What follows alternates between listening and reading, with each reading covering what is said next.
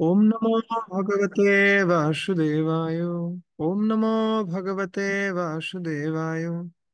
ओम नमो भगवते वासु। হরে কৃষ্ণ। তো সবাইকে আমরা স্বাগত জানাচ্ছি আমাদের গ্রন্থ বিতরণ বিষয়ক এই বিশেষ সেমিনারে। শিল প্রভুপাদ প্রায় বলতেন বুকস আর দ্য বেসিস। গ্রন্থ হচ্ছে ভক্তির ভিত্তি। ঠিক আছে, একটি বিল্ডিং তৈরিতে যেমনি ভিত্তি প্রয়োজন হয়, এবং বিশেষ করে যখন কোনো একটা বড় দালান উঠে সেখানে যতটুকু উপরে আমরা উঠতে যাই ততটুকু ভিতরে আমাদেরকে যেতে হয়। ঠিক আছে, এবং তত বেশি মজবুত বিল্ডিংটা হয়। ঠিক একইভাবে একটা গাছ যত বেশি সে ঊর্ধ্বগামী হয় তত বেশি তাকে নিম্নগামী হতে হয়। ঠিক আছে, তত তার শিকড় গভীর থেকে গভীরে যেতে থাকে, এবং এর মাধ্যমে ভক্তিটা কি হয়, পাকাপোক্ত হয়। ঠিক যেমনি একটা গাছ পাকাপোক্ত থাকে বিভিন্ন ঝড় তুফানের মধ্যে, ঠিক যেমনি একটি বিল্ডিং পাকাপোক্ত থাকে কিসের মধ্যে, ভূমিকম্পের মধ্যে। ঠিক একইভাবে যদি কেউ গ্রন্থ অধ্যয়নে আসক্ত হয় তাহলে তার যে ভক্তি সেটা সম্পূর্ণরূপে সুস্থির হয়। ঠিক আছে, এবং আমাদের যে বৈদিক শাস্ত্রসমূহ, সেই শাস্ত্রসমূহকে তুলনা করা হয় পুরাণ, অর্ক, অধুনা উদিত। ঠিক আছে, অর্ক বা সূর্যের সাথে তুলনা করা হয়। সূর্য যেমনি সবসময় প্রয়োজন, ঠিক আছে, ট্রিলিয়ন বছর ধরে সে আলো প্রদান করছে, এখনো দিচ্ছে, ভবিষ্যতেও দিবে। কিন্তু কেউ কি বলে সূর্যের আর প্রয়োজন নেই, এই সূর্য তুমি অনেক বছর ধরে উঠছো, এখন আর প্রয়োজন নেই তোমাকে? না, আমাদের সূর্য প্রতিদিন প্রয়োজন। ঠিক একইভাবে এই সময় ভগবত গীতা, ভাগবতম আদি শাস্ত্রসমূহ যদিও হাজার হাজার বছর পূর্বে এগুলো রচিত হয়েছে, তথাপি সেগুলো নিত্য নতুন। এবং প্রতিদিনকার যে কার্যক্রম, প্রতিদিনকার যে আমাদের জীবনযাপন, সেই জীবনযাপনের মধ্যে একটা বিশেষ গুরুত্ব বয়ে আনতে পারে এই শাস্ত্রসমূহ। তাই শাস্ত্রসমূহ কখনো পুরাতন নয়, সেটা হচ্ছে নবীন। ঠিক যেমনি ভগবান কৃষ্ণ হচ্ছেন নবীন।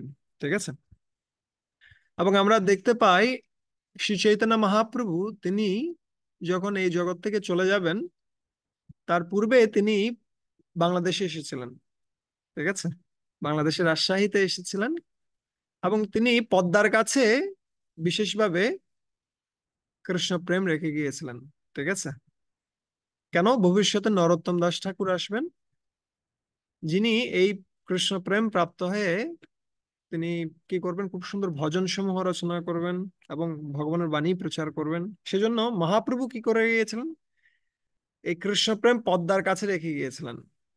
ঠিক আছে, পরবর্তীতে নরোত্তম দাস ঠাকুর সেটা গ্রহণ করে উচ্ছ্বসিত হন। একইভাবে মহাপ্রভুর সৈনিক, ঠিক আছে, মহাপ্রভুর সেনাপতি ভক্ত শিলা প্রভুপাদ, তিনি কি করেছেন, তিনি কৃষ্ণ প্রেমের যে বন্যা তিনি ধারণ করেছিলেন সেটা তিনি বিশেষভাবে তার গ্রন্থের মধ্যে রেখেছেন। ঠিক আছে, কেউ যদি কৃষ্ণ প্রেম প্রাপ্ত হতে চায়, যা শিলা প্রপাত বিতরণ করছিলেন অকাতরে, কোনো কিছুর প্রয়োজন নেই যদি কেউ শিলা প্রপাতের গ্রন্থগুলো পড়ে। ওই জন্য প্রপাত বলছিলেন প্রায় সময়ে যে আই উইল নেভার ডাই, আমি কখনো মারা যাব না। ঠিক আছে, এটা শুনে সবাই হা হয়ে গেছে, কি বলে প্রভুপাত, আমি কখনো মারা যাব না মানে কি? পরের লাইনে প্রভুপাত বললেন I will live forever in my books, আমি সবসময় আমার বইয়ের মধ্যে কি থাকবো, জীবিত থাকবো। ঠিক আছে, আরেকবার প্রভুপাতকে জিজ্ঞেস করা হচ্ছিল যে প্রভুপাত আপনারা শুধু বই বই বই বই বই বই বই বই বই করতে করতে আপনারা সব বইয়ের পোকা হয়ে যাচ্ছেন, এত বই বই করেন কেন? এত গ্রন্থ পড়া, গ্রন্থ বিতরণ, গ্রন্থ পড়া, গ্রন্থ বিতরণ, এটার প্রতি এত জোর কেন? কেন এত বই বই বই বই বই? আপনারা সব বইয়ের পোকা।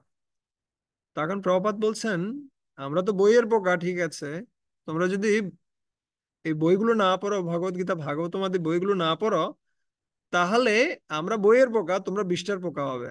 ঠিক আছে, তোমরা পায়খানার পোকা হবে।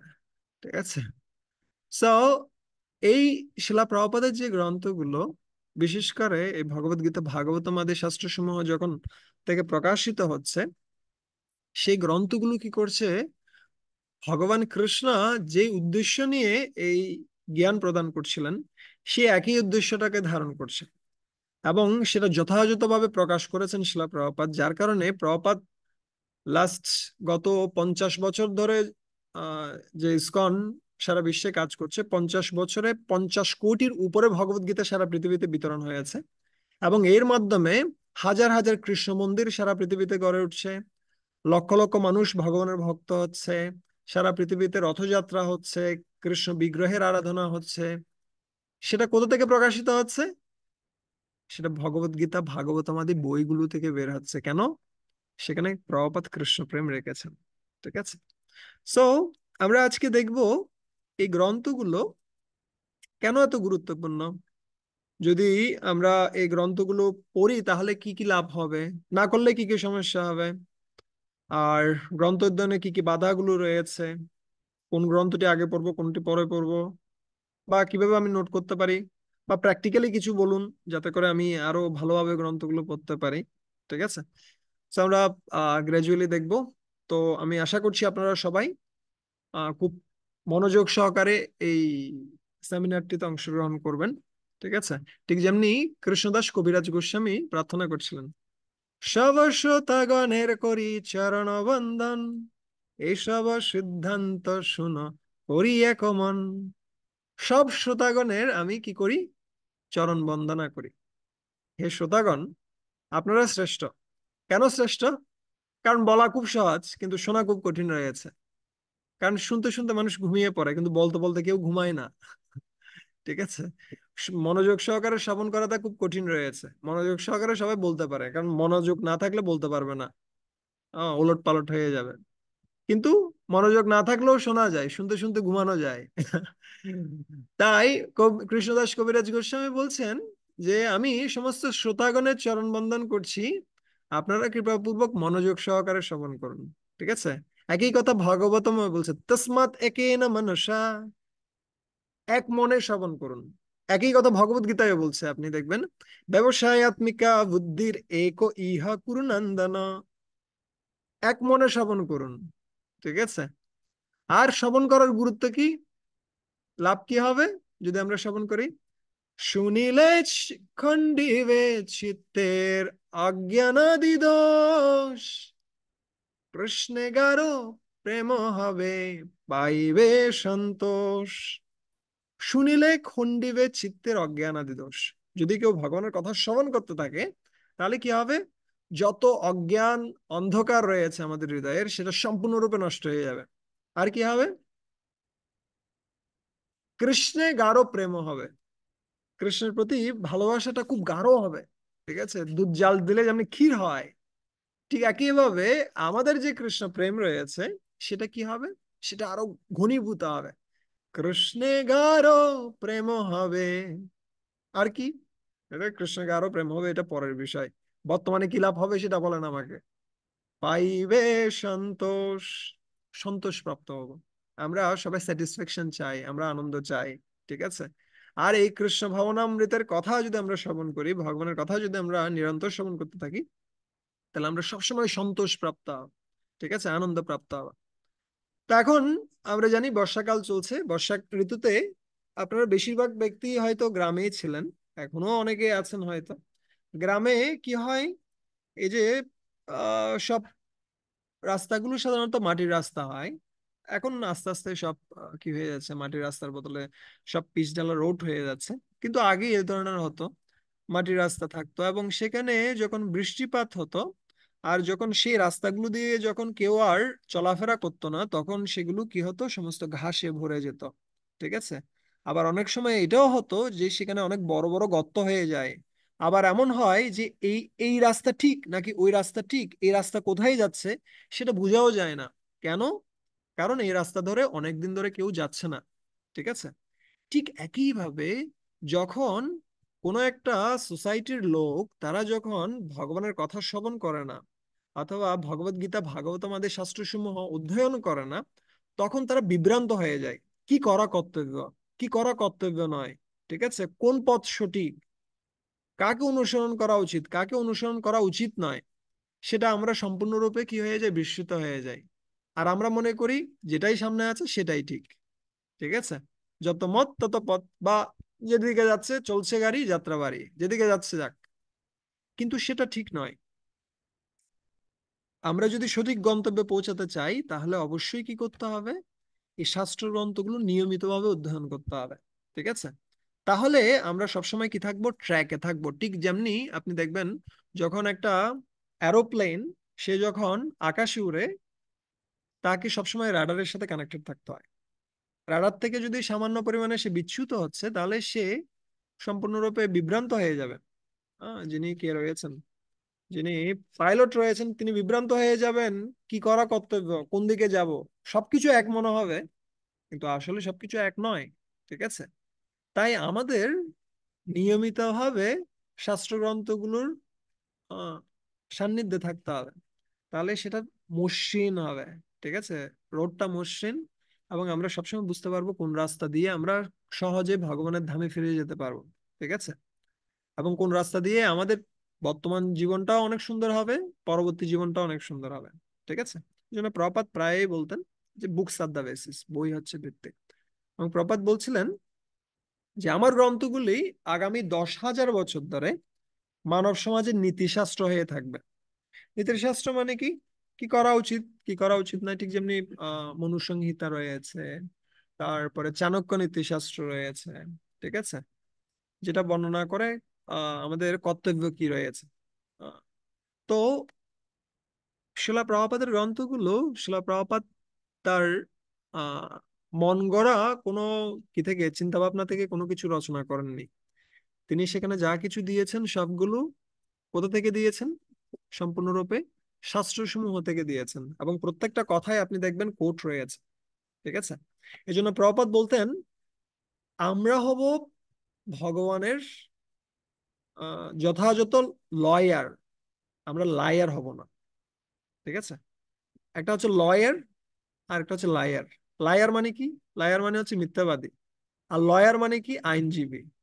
যিনি আইনজীবী তিনি কি করেন, তিনি সংবিধান কোট করেন, তিনি আইনের ধারা উপধারাগুলো কোট করেন। ঠিক আছে? তারপর বলেন যে ওনাকে এই শাস্তি দেয়া যেতে পারে, অথবা ওনাকে এভাবে মুক্ত করে দেয়া যেতে পারে। তিনি নিজের কথা বলেন না। তিনি কোথাকার কথা বলেন, তিনি সংবিধানের কথা বলেন, তিনি আইনের কোডের কথা বলেন। ঠিক আছে? ঠিক একইভাবে একজন যথার্থ ভক্ত তিনি কি করেন, তিনি শাস্ত্রের কোর্টের মাধ্যমে কথা বলেন। যেটা আমরা দেখতে পাই শিলা প্রভুপাদ তিনি কোনো নিজস্ব ভাষ্য প্রদান করেননি। তিনি অনেক সময় অনেকে আমাদেরকে জিজ্ঞেস করতো, আমরা যখন ইউনিভার্সিটি লেভেলে ছিলাম, তখন আমাকে জিজ্ঞেস করতো প্রভুপাদের একটা কোট বলতো, তোদের প্রভুপাদের। আমরা কি বলতাম, আমরা জাস্ট ওটাই বলতাম, chant Hare Krishna and be happy. Hare Krishna মহামন্ত্র জপ করুন এবং সুখী হন। প্রভুপাদ কিন্তু নিজের কথা কোথাও দেননি। প্রভুপাদ সবসময় কিসের কথা দিয়েছেন, শাস্ত্রের কথা দিয়েছেন। তাই শিলা প্রভুপাদ এমন ভাবে গ্রন্থগুলোকে রিপ্রেজেন্ট করছিলেন, যেটা অধ্যয়ন করে প্রত্যেকেই কি হচ্ছিল, ভগবানের প্রতি আকৃষ্ট হচ্ছিলেন। ঠিক আছে? এই জন্য জস হ্যারিসন যখন শিলা প্রভুপাদকে জিজ্ঞেস করেন যে আমি কিভাবে চিনবো একজন ব্যক্তি তিনি হচ্ছেন সদ্গুরু, কিভাবে আমি চিনতে পারি, তখন শিলা প্রভুপাদ খুব সুন্দরভাবে বলছিলেন, খুঁজে দেখো কে শ্রীকৃষ্ণের প্রতি সবচেয়ে বেশি আকৃষ্ট, তিনি হচ্ছেন সদ্গুরু। ঠিক আছে? যে ব্যক্তি কৃষ্ণের প্রতি আকৃষ্ট, কৃষ্ণের মহিমা প্রচার করতে চায়, নিজের মহিমা নয়, তিনি হচ্ছেন সদ্গুরু। এবং আমরা সেটা কার ক্ষেত্রে দেখতে পাই, যুধিষ্ঠির মহারাজের ক্ষেত্রে দেখতে পাই। যুধিষ্ঠির মহারাজ বিশাল রাজসূয় যজ্ঞ করেছিলেন, সেটা নিজের আধিপত্য বিস্তার করার জন্য নয়। সেটা কিসের জন্য, সেটা ভগবান কৃষ্ণকে অগ্রপূজ্য রূপে স্বীকার করানোর জন্য, এবং সারা পৃথিবী জুড়ে ভগবান কৃষ্ণের মহিমা প্রচার করার জন্য। ঠিক একইভাবে শিলা প্রভুপাদ 70 বছর বয়সে তিনি যে কোথায় গেলেন, আমেরিকায় গেলেন, এবং বিশাল যে সংগঠন তিনি স্থাপন করলেন, এতগুলো গ্রন্থ রচনা করলেন, সেটা নিজের আহ মান যশ প্রতিষ্ঠা বর্ধিত করার জন্য নয়, বরঞ্চ তার প্রচেষ্টাটা ছিল সারা পৃথিবী জুড়ে শ্রীকৃষ্ণকে প্রতিষ্ঠা করার জন্য। তাই তিনি হচ্ছেন যথার্থ ব্যক্তি এই গ্রন্থগুলোকে উপস্থাপন করার জন্য। ঠিক আছে? এবং এই গ্রন্থগুলো পড়লে আর কি কি লাভ হবে, এখানে বর্ণনা করা হচ্ছে আসক্তি এবং ভববন্ধন ছেদ হয়ে যাবে। আমাদের কিসের বিষয়ে আসক্তি রয়েছে, স্বাভাবিকভাবে আমাদের জড় বিষয়ে আসক্তি রয়েছে, কিন্তু আমাদের কিসের বিষয়ে আসক্তি নেই, আমাদের ভগবানের প্রতি আসক্তি নেই। ঠিক আছে? তাই এই যে শাস্ত্র গ্রন্থ সমূহ, সেটা কি করবে, বিদ্যতে হৃদয় গ্রন্থি ছিন্দন্তি সর্ব সংশয়া শ্রিয়ন্ত চ কর্মাণি দৃষ্টমেবাত্মনিশ্বরে বিদ্যতে হৃদয় গ্রন্থি। আমাদের জড় জগতের প্রতি যে নটটা রয়েছে, ডাবল নট, ঠিক আছে, এটা কি করবে? কাটবে। এই জন্য এর নাম হচ্ছে শাস্ত্র। অস্ত্র, আমার নিজের অস্ত্র। কারো কাছে যদি অস্ত্র থাকে তাহলে ওর ভয় লাগবে? ধরেন আপনার কাছে AK-47 আছে, অবশ্য এখন আমাদের কাছে চালানোর প্রসেস আমরা জানি না, ঠিক আছে, তাই অস্ত্র পেলে উল্টো ভয় লাগতে পারে, ঠিক আছে। কিন্তু যদি একজন আর্মি, সে কি রয়েছে, সে ট্রেন্ড আপ এবং তার লাইসেন্স রয়েছে, এবং তার সাথে কি রয়েছে, তার সাথে AK-47 রয়েছে এবং অনেক রাউন্ড গুলি রয়েছে, ও কোনো কিছুকে ভয় পাবে না, ঠিক আছে।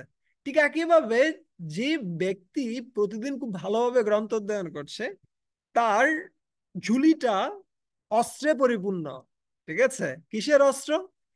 এটা হচ্ছে শাস্ত্র, অস্ত্র, নিজের অস্ত্র, ঠিক আছে। বাইরে কেউ দেখবে না, কিন্তু অভ্যন্তরীণ ভাবে আমরা অস্ত্র তৈরি করছি। কার বিরুদ্ধে যুদ্ধের জন্য?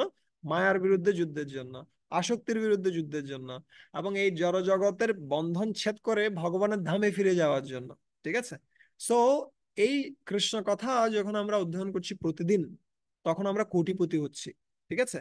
ওই জন্য রাধেশ্যাম প্রভু একটা কথা বলছিলেন অনেকদিন আগে, বুক ডিস্ট্রিবিউশন ক্লাস ছিল ওই সময়ে, উনি একটা সুন্দর কথা বলছিলেন। উনি বলছিলেন, যারা নিয়মিতভাবে গ্রন্থ অধ্যয়ন করে না তারা আধ্যাত্মিকভাবে ভিখারি হয়ে যাবে, ঠিক আছে। আধ্যাত্মিকভাবে তারা ভিখারি হয়ে যাবে। অপরপক্ষে যারা কোটিপতি, তারা প্রতিদিন গ্রন্থ পড়বে আরো ভালোভাবে, যাতে করে আরো কোটি কোটি জমানো যায়। কোটিপতি কি হতে চাই? আরো কোটি জমাতে চাই, ঠিক আছে। কিন্তু যারা প্রতিদিন গ্রন্থ অধ্যয়ন করবে না, তারা ভিখারি হয়ে যাবে। তাই এই শাস্ত্র গ্রন্থগুলো, সেগুলো কি করবে? আমাদের যত সমস্ত আসক্তি রয়েছে ভগবন্ধনের, সেগুলোকে ধ্বংস করবে। আর একটা খুব সুন্দর শ্লোক রয়েছে, আমার খুব ভালো লাগে, দ্বিতীয় স্কন্ধে একটা খুব সুন্দর শ্লোক রয়েছে, যেটা বর্ণনা করছে, প্রবিষ্ট কর্ণরন্ধ্রেণ শানম ভাব শরুরহম ধুনতি সমলম কৃষ্ণ সলিলস্য যথা শরৎ। প্রবিষ্ট কর্ণরন্ধ্রেণ, এই কানে দুটো কি রয়েছে? ছিদ্র রয়েছে, রন্ধ্র। এই রন্ধ্র দিয়ে কি প্রবেশ করে? ভগবানের কথা যখন প্রবেশ করবে, প্রবিষ্ট কর্ণরন্ধ্রেণ শানম ভাব শরুরহম, সেটা কোথায় গিয়ে পৌঁছায়? হৃদয়ে গিয়ে পৌঁছায়। এবং সেটা হৃদয়ে গিয়ে কি করে? ভুনতি সমলম কৃষ্ণ। আমরা আগে বলতাম, যদি কেউ উল্টাপাল্টা করতো, বা ছোট ছেলেরা ছেলেরা যখন খুব বেশি পরিমাণে কি করতো, আহ ফাজলামি করতো বা কিছু করতো, তখন আমরা বলতাম তুলোধুনো করব, তুলোধুনো, ঠিক আছে। So, একইভাবে এখানে বলছে ধুনতি সমলম কৃষ্ণ। যখন কেউ কৃষ্ণ কথা শ্রবণ করবে, এবং সেই কৃষ্ণ কথা যখন এখান দিয়ে ঢুকে, এখান দিয়ে বের হয়ে যাবে না শুধু, সেটা এখান দিয়ে ঢুকে কোথায় প্রবেশ করবে? হৃদয়ে প্রবেশ করবে। তখন হৃদয়ের যত ময়লা রয়েছে সেগুলোকে তুলোধুনো করে বের করে দেবে।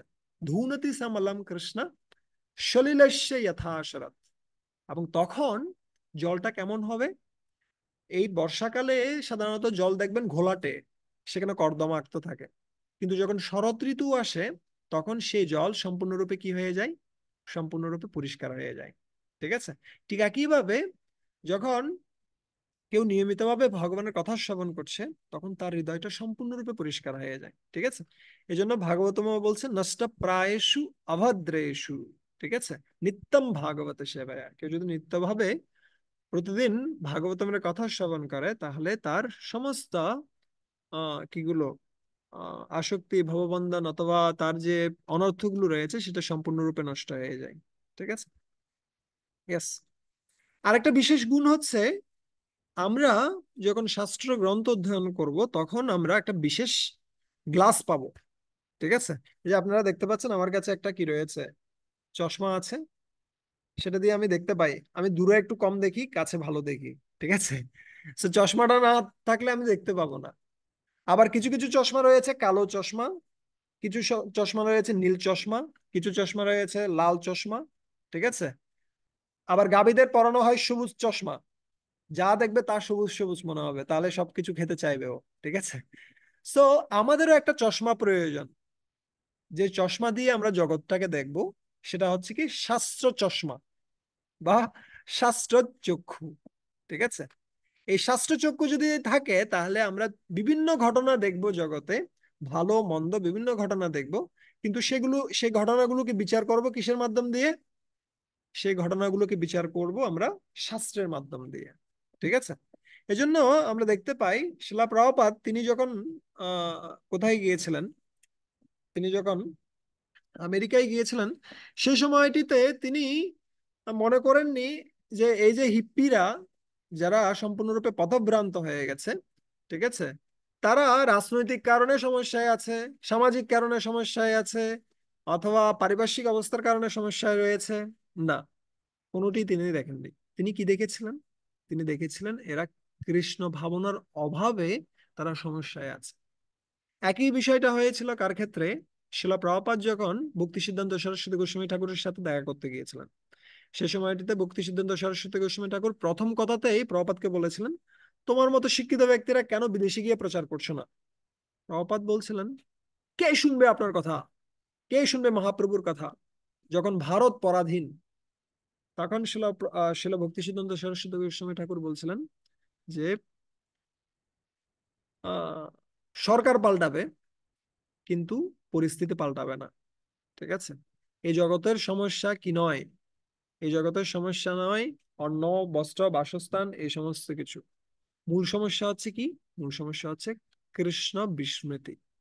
ঠিক যেমনি যদি আমরা একটা ছোট দৃষ্টান্ত দেখি, যদি একটা কোটিপতি বাবার ছেলে, ও পাগল হয়ে গেছে এবং ও বিভিন্ন জায়গায় ঘুরছে, কেউ টাকা দিচ্ছে, কেউ পয়সা দিচ্ছে, কেউ মাঝে মাঝে খাবার দিচ্ছে, ঠিক আছে, বিভিন্ন কিছু দিতে পারে, ঠিক আছে, কিন্তু ওর সমস্যাগুলো কখনো সমাধান হচ্ছে না।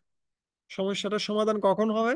যদি জাস্ট সে জানতে পারে যে আমার বাবা কোটিপতি, ওর অন্য কিছুর প্রয়োজন নেই। ঠিক আছে? ঠিক একইভাবে যখন জীব জানতে পারে যে আমি হচ্ছে ভগবানের সন্তান, তাহলে তার সমস্যার সমাধান এমনিতেই হয়ে যায়।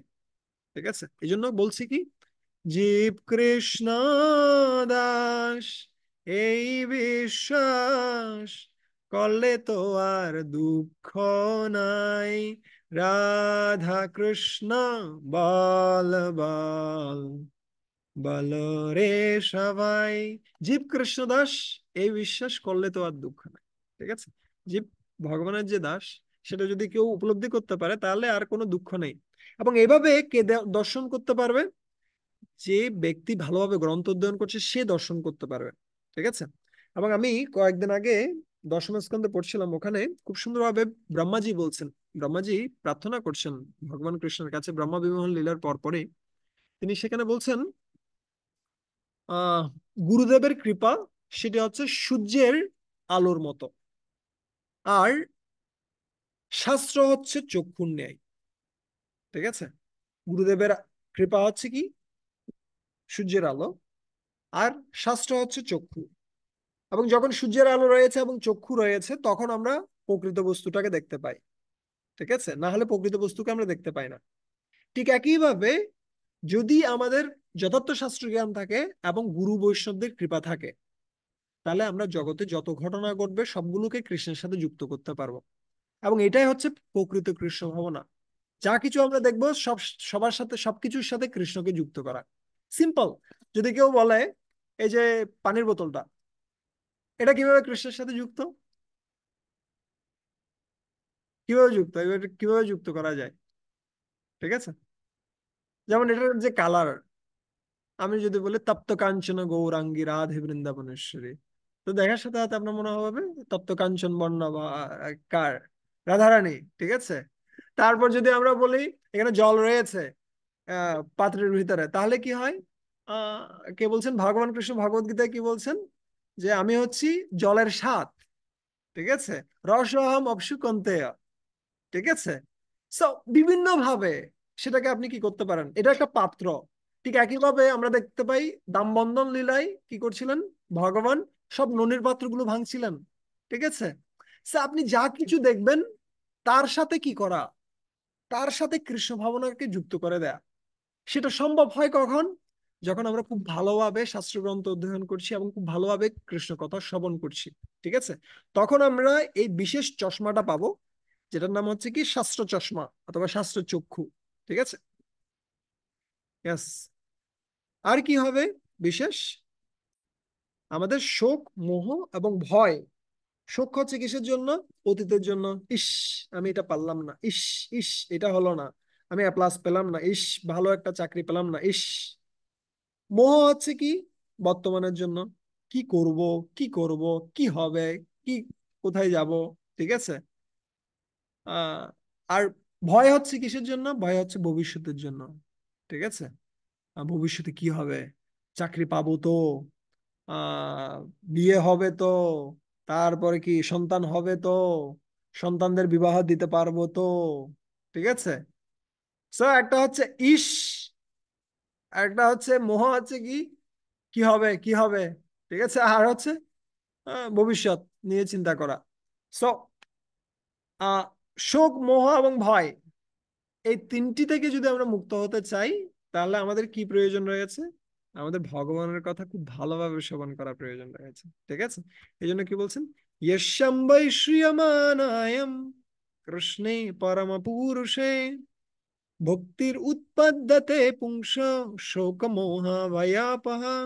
ইয়স্যাম বৈ মানায়াম, যার কথা শ্রবণ করলে, কার কথা শ্রবণ করলে, কৃষ্ণে পরম পুরুষে, ভগবান শ্রীকৃষ্ণ, যিনি পরম পুরুষোত্তম, ভগবান শ্রীকৃষ্ণ, তার কথা যদি কেউ খুব ভালোভাবে শ্রবণ করে, তাহলে কি হবে, ভক্তির উৎপাদ্যতে পুংস, জীবের হৃদয়ে ভক্তির উৎপাদিত হয়, এবং তার ফলে কি হয়, শোক, মোহ এবং ভয় সম্পূর্ণরূপে কি হয়, দূরীভূত হয়।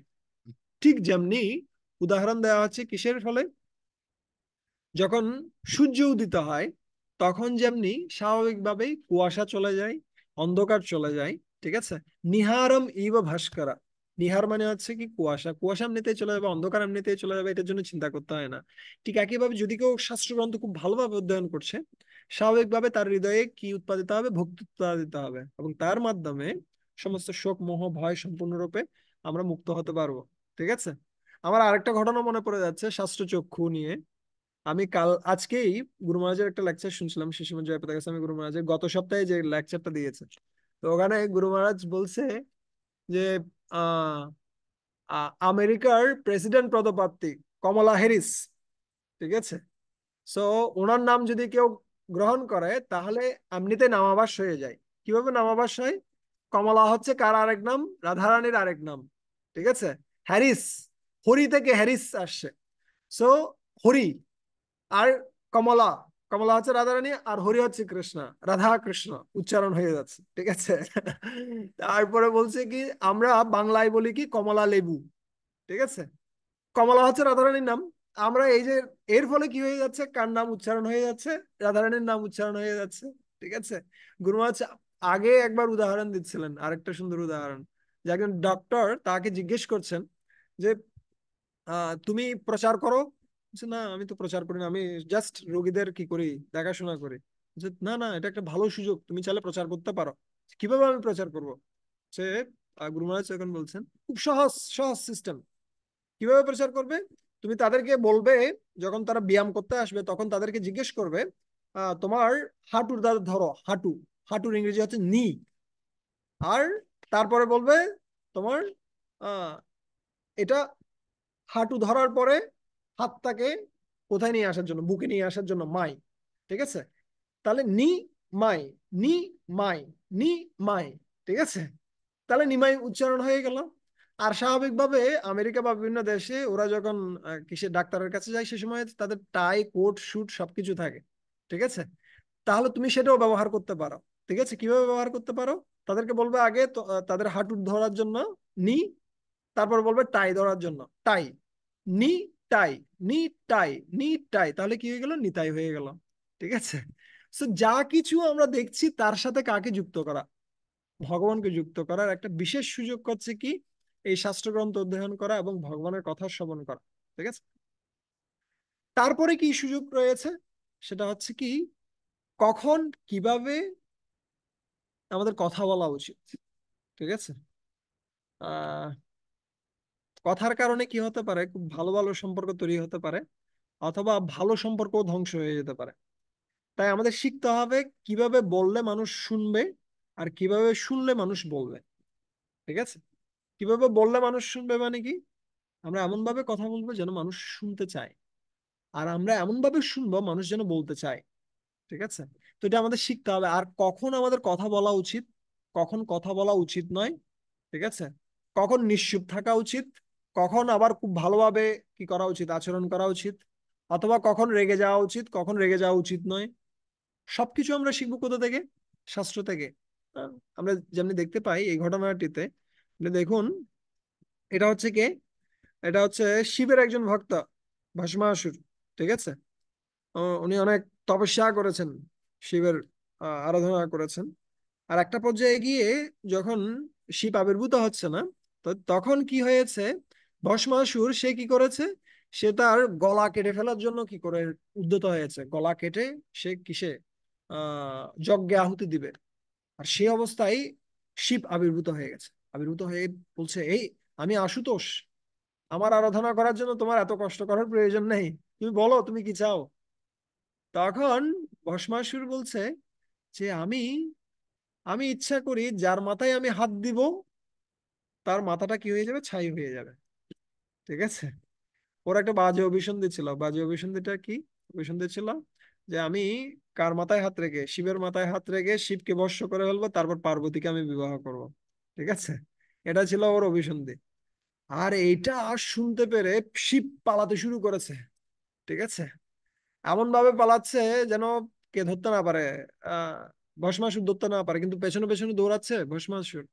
আর একটা পর্যায়ে শিবের খুব খারাপ অবস্থা দেখে ভগবান বিষ্ণু সেখানে আবির্ভূত হয়েছে। ভগবান বিষ্ণু আবির্ভূত হয়ে আহ রূপ ধারণ করেছেন একজন ব্রাহ্মণের, ব্রাহ্মণের রূপ ধারণ করে সেই ভস্মাসুরের কাছে এসে বলছেন, ওহে শকুনি নন্দন, শকুনি নন্দন, আমার বাবার নাম কিভাবে ও জানলো? হ্যাঁ, মনে হয় আমার আত্মীয় স্বজন কেউ হবে। যদি কেউ নিক নেম জেনে যায় অথবা বাবার নাম মায়ের নাম জেনে যায়, তাহলে বুঝে যায় যে না, এ আমার আত্মীয় হবে। ওই জন্য যখন বলা হলো শকুনি নন্দন, মনে হয় আমার কেউ আত্মীয় হবে, ফিরে তাকাচ্ছে। তারপরে সাথে সাথে বলছে বিষ্ণু, নিজের দেহের যত্ন নাও, দেহকে নষ্ট করে কখনো কি হয় না, ধর্ম হয় না। তখন আরো বুঝতে পারলো যে না না, এই আমার আত্মীয় স্বজন কেউ হবে, না হলে আমার দেহের যত্ন নেওয়ার কথা কেমনে বলছে। ঠিক আছে, দেখবেন মায়ের কাছে একজন একটা মোটা ছেলে গেল, মা বলবে কি, তুই শুকিয়ে যাচ্ছিস, কিছু খাচ্ছিস না বাপ, তুই একদম কি হয়ে যাচ্ছিস, শুকিয়ে যাচ্ছিস। ঠিক আছে, তো যখন কেউ কারো স্বাস্থ্যের যত্ন নেয়, তখন সে মনে করে সে আমার আত্মীয়। ঠিক একইভাবে এ এই ভস্মাসুর সে মনে করছে হে আমার আত্মীয় হবে অবশ্যই। ঠিক আছে, তো তখন সাথে সাথে আহ ব্রাহ্মণ বেশরূপী বিষ্ণুর কাছে গিয়ে বলছে যে আপনি কে, আপনি কিভাবে আমার বাবার নাম জানেন, আপনি কিভাবে আমার এত যত্ন নিচ্ছেন।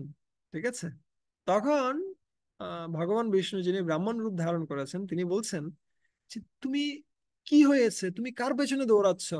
শিব, ওর কোনো নিজের ঠিক ঠিকানা নেই।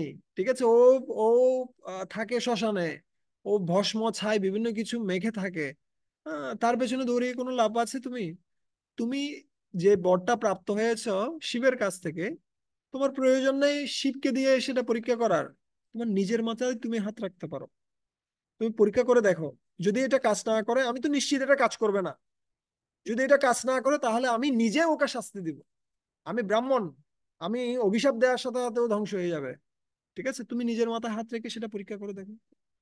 আর ভগবান বিষ্ণু এত সুন্দর সুন্দর কথা শুনে সেই অসুর সম্পূর্ণরূপে গলে গেছে। ঠিক আছে, আর সে কি করছে, সে নিজের মাথায় হাত রাখছে আর ওখানেই নষ্ট হয়ে গেছে, ধ্বংস হয়ে গেছে। ঠিক আছে, তো এখানে দেখুন কিভাবে কোন জায়গায় কি কথা বলতে হয়, কিভাবে ওষুধদেরও প্রিয় হওয়া যায়। আমরা অনেক সময় ভক্তদের মধ্যে থাকি, কিন্তু আমরা ভক্তদের সাথে রিলেশনশিপ করতে পারি না, ভক্তদের সাথে ভালো সম্পর্ক তৈরি করতে পারি না। ঠিক আছে, তাহলে আমাদের পরিস্থিতিটা কেমন? আমাদের পরিস্থিতি খুব খুব জঘন্য পরিস্থিতি, যেখানে আমরা দেখতে পাই বসুদেব কংসের সাথে সন্ধি করছে। কংস উদ্ধত হয়েছে কাকে মেরে ফেলার জন্য? দেবকীকে মেরে ফেলার জন্য। খুব খারাপ পরিস্থিতি, তার ভিতরে বসুদেব এমন এমন কথা বলছেন যার মাধ্যমে কংস গলে যাচ্ছে, তাই না? কংসের যে হৃদয়টা, এটা পাষাণের মতো হৃদয়, সেটা গলে যাচ্ছে। তাহলে আমার আশেপাশে যে সমস্ত ভক্তরা রয়েছে, তাদের হৃদয়টা তো পাষাণ নয়, তারা খুব ভালো মনের মানুষ। শুধুমাত্র এই কথার কারণে কি হয়ে যায়, আমাদের মধ্যে সম্পর্কটা নষ্ট হয়ে যায়। এই জন্য বলছে জিহ্বা অগ্রে ভাসতে লক্ষ্মী, জিহ্বার অগ্রভাগে টাকা ভাসে। ঠিক আছে, অন্য কোনো জায়গায় না। জিহ্বা অগ্রে মিত্র বান্ধব, জিহ্বার অগ্রেই বন্ধুত্ব, ঠিক আছে। জিহ্বা অগ্রে আহ সর্বশত্রু নাম, সমস্ত শত্রুরা বিরাজ করছে। আরেকটা শব্দ রয়েছে, আমি মনে পড়ছে না, খুব সুন্দর কথাটা, ঠিক আছে। জিহ্বার অগ্রভাগে সবকিছু। তাই প্রতিটা কথা বলার আগে আমাদের চিন্তা করতে হবে এটা শাস্ত্র অনুযায়ী কিনা, ঠিক আছে। তাই শাস্ত্র কি বলছে আমাদের? শাস্ত্র বলছে আমাদের কথা কেমন হওয়া উচিত? সত্যম, প্রিয়ম, হিতম চ। এটা সত্য হওয়া উচিত, সেটা অন্যদের কল্যাণ সাধন করা উচিত, এবং সেটা প্রিয়ভাবে উপস্থাপন করা উচিত। খুব কর্কশ নয়, ঠিক আছে। খুব কঠিন ভাষায় আমাদেরকে কথা বলতে হবে তা নয়। খুব সহজ সরল ভাবে আমরা কথা বলতে পারি, আমরা অন্যদের হৃদয়কে কি করতে পারি, জয় করতে পারি। এবং সেটা আমরা কোথা থেকে শিখতে পারি? সেটা আমরা শেখার জন্য কোথাও যেতে হবে না, শুধুমাত্র শাস্ত্র গ্রন্থ অধ্যয়ন করলে আমরা প্রাপ্ত হতে পারি, ঠিক আছে। এই ধরনের অনেকগুলো ঘটনা আমরা দেখতে পাই। এস, এখন একটা বিশেষ বিষয়, সেটা হচ্ছে কি কঠিন পরিস্থিতি মোকাবেলা করা। কঠিন পরিস্থিতিতে আমরা কিভাবে আচরণ করব, ঠিক আছে। আহ বিশেষত যখন কঠিন পরিস্থিতি আসে সেই সময়টিতে, এটা কি অপূর্ব এই ধরনের করছে কেন? ও, আহ যখন অপূর্ব। কঠিন কে পরিস্থিতি আসে অপূর্ব? সেই সময়টিতে আমাদের যত গুণাবলী রয়েছে সেগুলোর পরীক্ষা হয়, ঠিক আছে। এই জন্য শিলা প্রভুপাদ বলতেন যে maturity of a person is proved in a provoking situation. Provoking situation বা কঠিন পরিস্থিতি যখন আসে তখন একজন ব্যক্তি কিভাবে আচরণ করছে তার মাধ্যম দিয়ে তার যে চরিত্রের যে মহত্ব সেটা কি হয়, প্রকাশিত হয়, ঠিক আছে। তো শাস্ত্র গ্রন্থগুলো অধ্যয়ন করার মাধ্যমে আমরা কি করতে পারবো? শাস্ত্র অনেকগুলো চরিত্র আমাদেরকে প্রদান করে, যে চরিত্রগুলো খুব কঠিন পরিস্থিতির মধ্যেও ভগবানের শরণাগত হয়েছিলেন, ঠিক আছে। আমরা দেখতে পাই দ্রৌপদী মহারানী কিভাবে আহ সেই রাজসভার মধ্যে তার বস্ত্রহরণ হচ্ছিল, এবং সেই সময়টিতে সম্পূর্ণরূপে তিনি ভগবানের শরণাগত হচ্ছিলেন।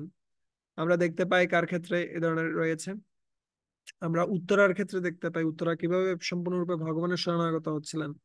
পঞ্চ পাণ্ডবদের জীবন পুরোটাই বিভিন্ন সমস্যার মধ্যে গেছে, কিন্তু সবসময় তারা ভগবানের শরণাগত ছিল। আমাদের জীবনটা এমন নয় যে আমার পিতা মাতা অথবা আত্মীয় স্বজনরা এসে আমাকে মারছে, এ ধরনের কি হয়? না। কিন্তু প্রহ্লাদের ক্ষেত্রে হয়েছে। প্রহ্লাদের নিজের পিতা তার নিজের শত্রু হয়ে গেছে এবং সে মেরে ফেলতে চাচ্ছে।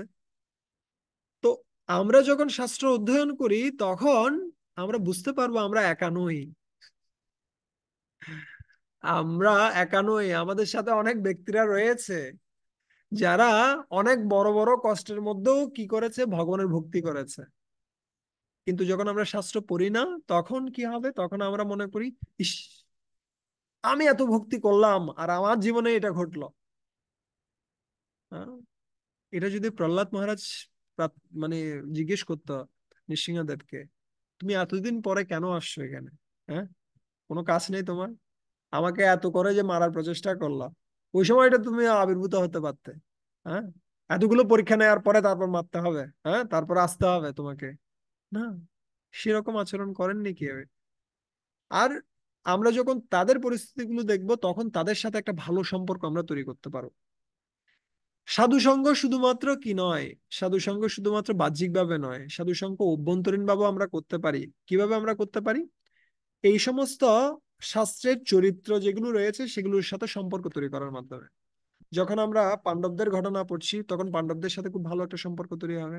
যখন আমরা ভীষ্মদেবের কাহিনী পড়বো প্রথম স্কন্ধে, তখন আমাদের ভীষ্মদেবের সাথে একটা সম্পর্ক তৈরি হবে, ঠিক আছে। যখন আমরা কুন্তী মহারানীর প্রার্থনা পড়বো তখন কুন্তী মহারানীর সাথে একটা সম্পর্ক তৈরি হবে। তো এইভাবে আমরা ভাগবতমের যে চরিত্রগুলো রয়েছে তাদের সাথে সম্পর্ক তৈরি করব, এবং তার ফলে বড় বড় বিপদগুলো আমাদের কাছে ছোট হয়ে যাবে, ঠিক আছে। ঠিক যেমনি যদি কেউ এরোপ্লেনে থাকে তাহলে বড় বড় বিল্ডিং গুলো ছোট, আর যদি কেউ নিচে থাকে ছোট ছোট বিল্ডিং গুলো বড় হয়ে যাবে। তাই আমাদের কি কি করতে হবে, আমাদের কনসিয়াসনেস লেভেলটাকে এই যে নিম্ন লেভেল থেকে কোথায় নিয়ে যেতে হবে, উচ্চ লেভেলে নিয়ে যেতে হবে। এবং সেজন্য কাদের সঙ্গ করতে হবে?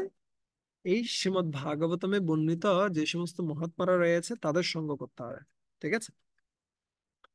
এবং দেবকী মাতাজি অনেক বছর আগে, আমি 2012 সালে কি করছিলাম, প্রথমবারের মতো জপ রিট্রিট করি, সেটা পুনরুদ্ধামে হচ্ছিল। তো সেই সময় এটাতে দেবকী মাতাজি খুব সুন্দর একটা কথা বলছিলেন। তিনি বলছিলেন, গ্রন্থ যদি কেউ ভালোভাবে কি করছে, হরিনাম জপ করছে, তার লক্ষণটা কিভাবে প্রকাশিত হয়, কিভাবে আমি বুঝতে পারবো যে কেউ ভালোভাবে জপ করছে?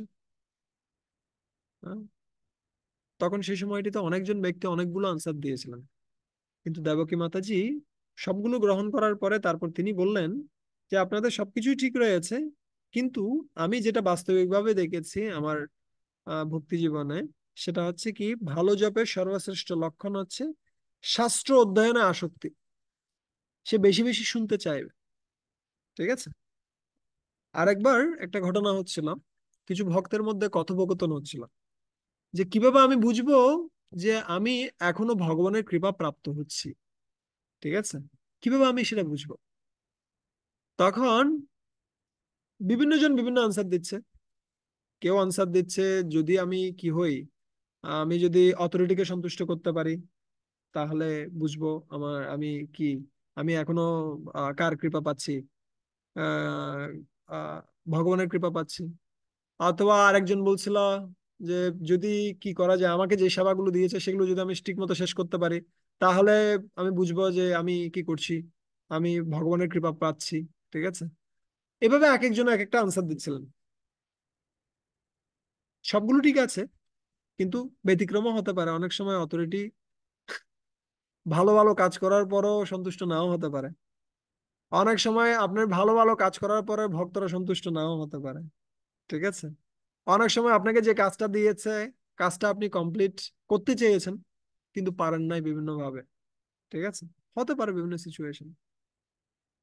কিন্তু একটা আশার বিষয় হচ্ছে, যদি কারো কৃষ্ণ কথা শ্রবণে রুচি রয়েছে, যদি কারো গ্রন্থ অধ্যয়নে রুচি রয়েছে, যদি কারো মনে হয় যে ভাগবতম ক্লাস চলছে, আমি একটু গিয়ে বসি, এখানে একটা ক্লাস চলছে, আমি একটু শুনি কৃষ্ণের কথা, এই যে আসক্তিটা যার রয়েছে, তার বুঝতে হবে সে কৃষ্ণের কৃপা পাচ্ছে।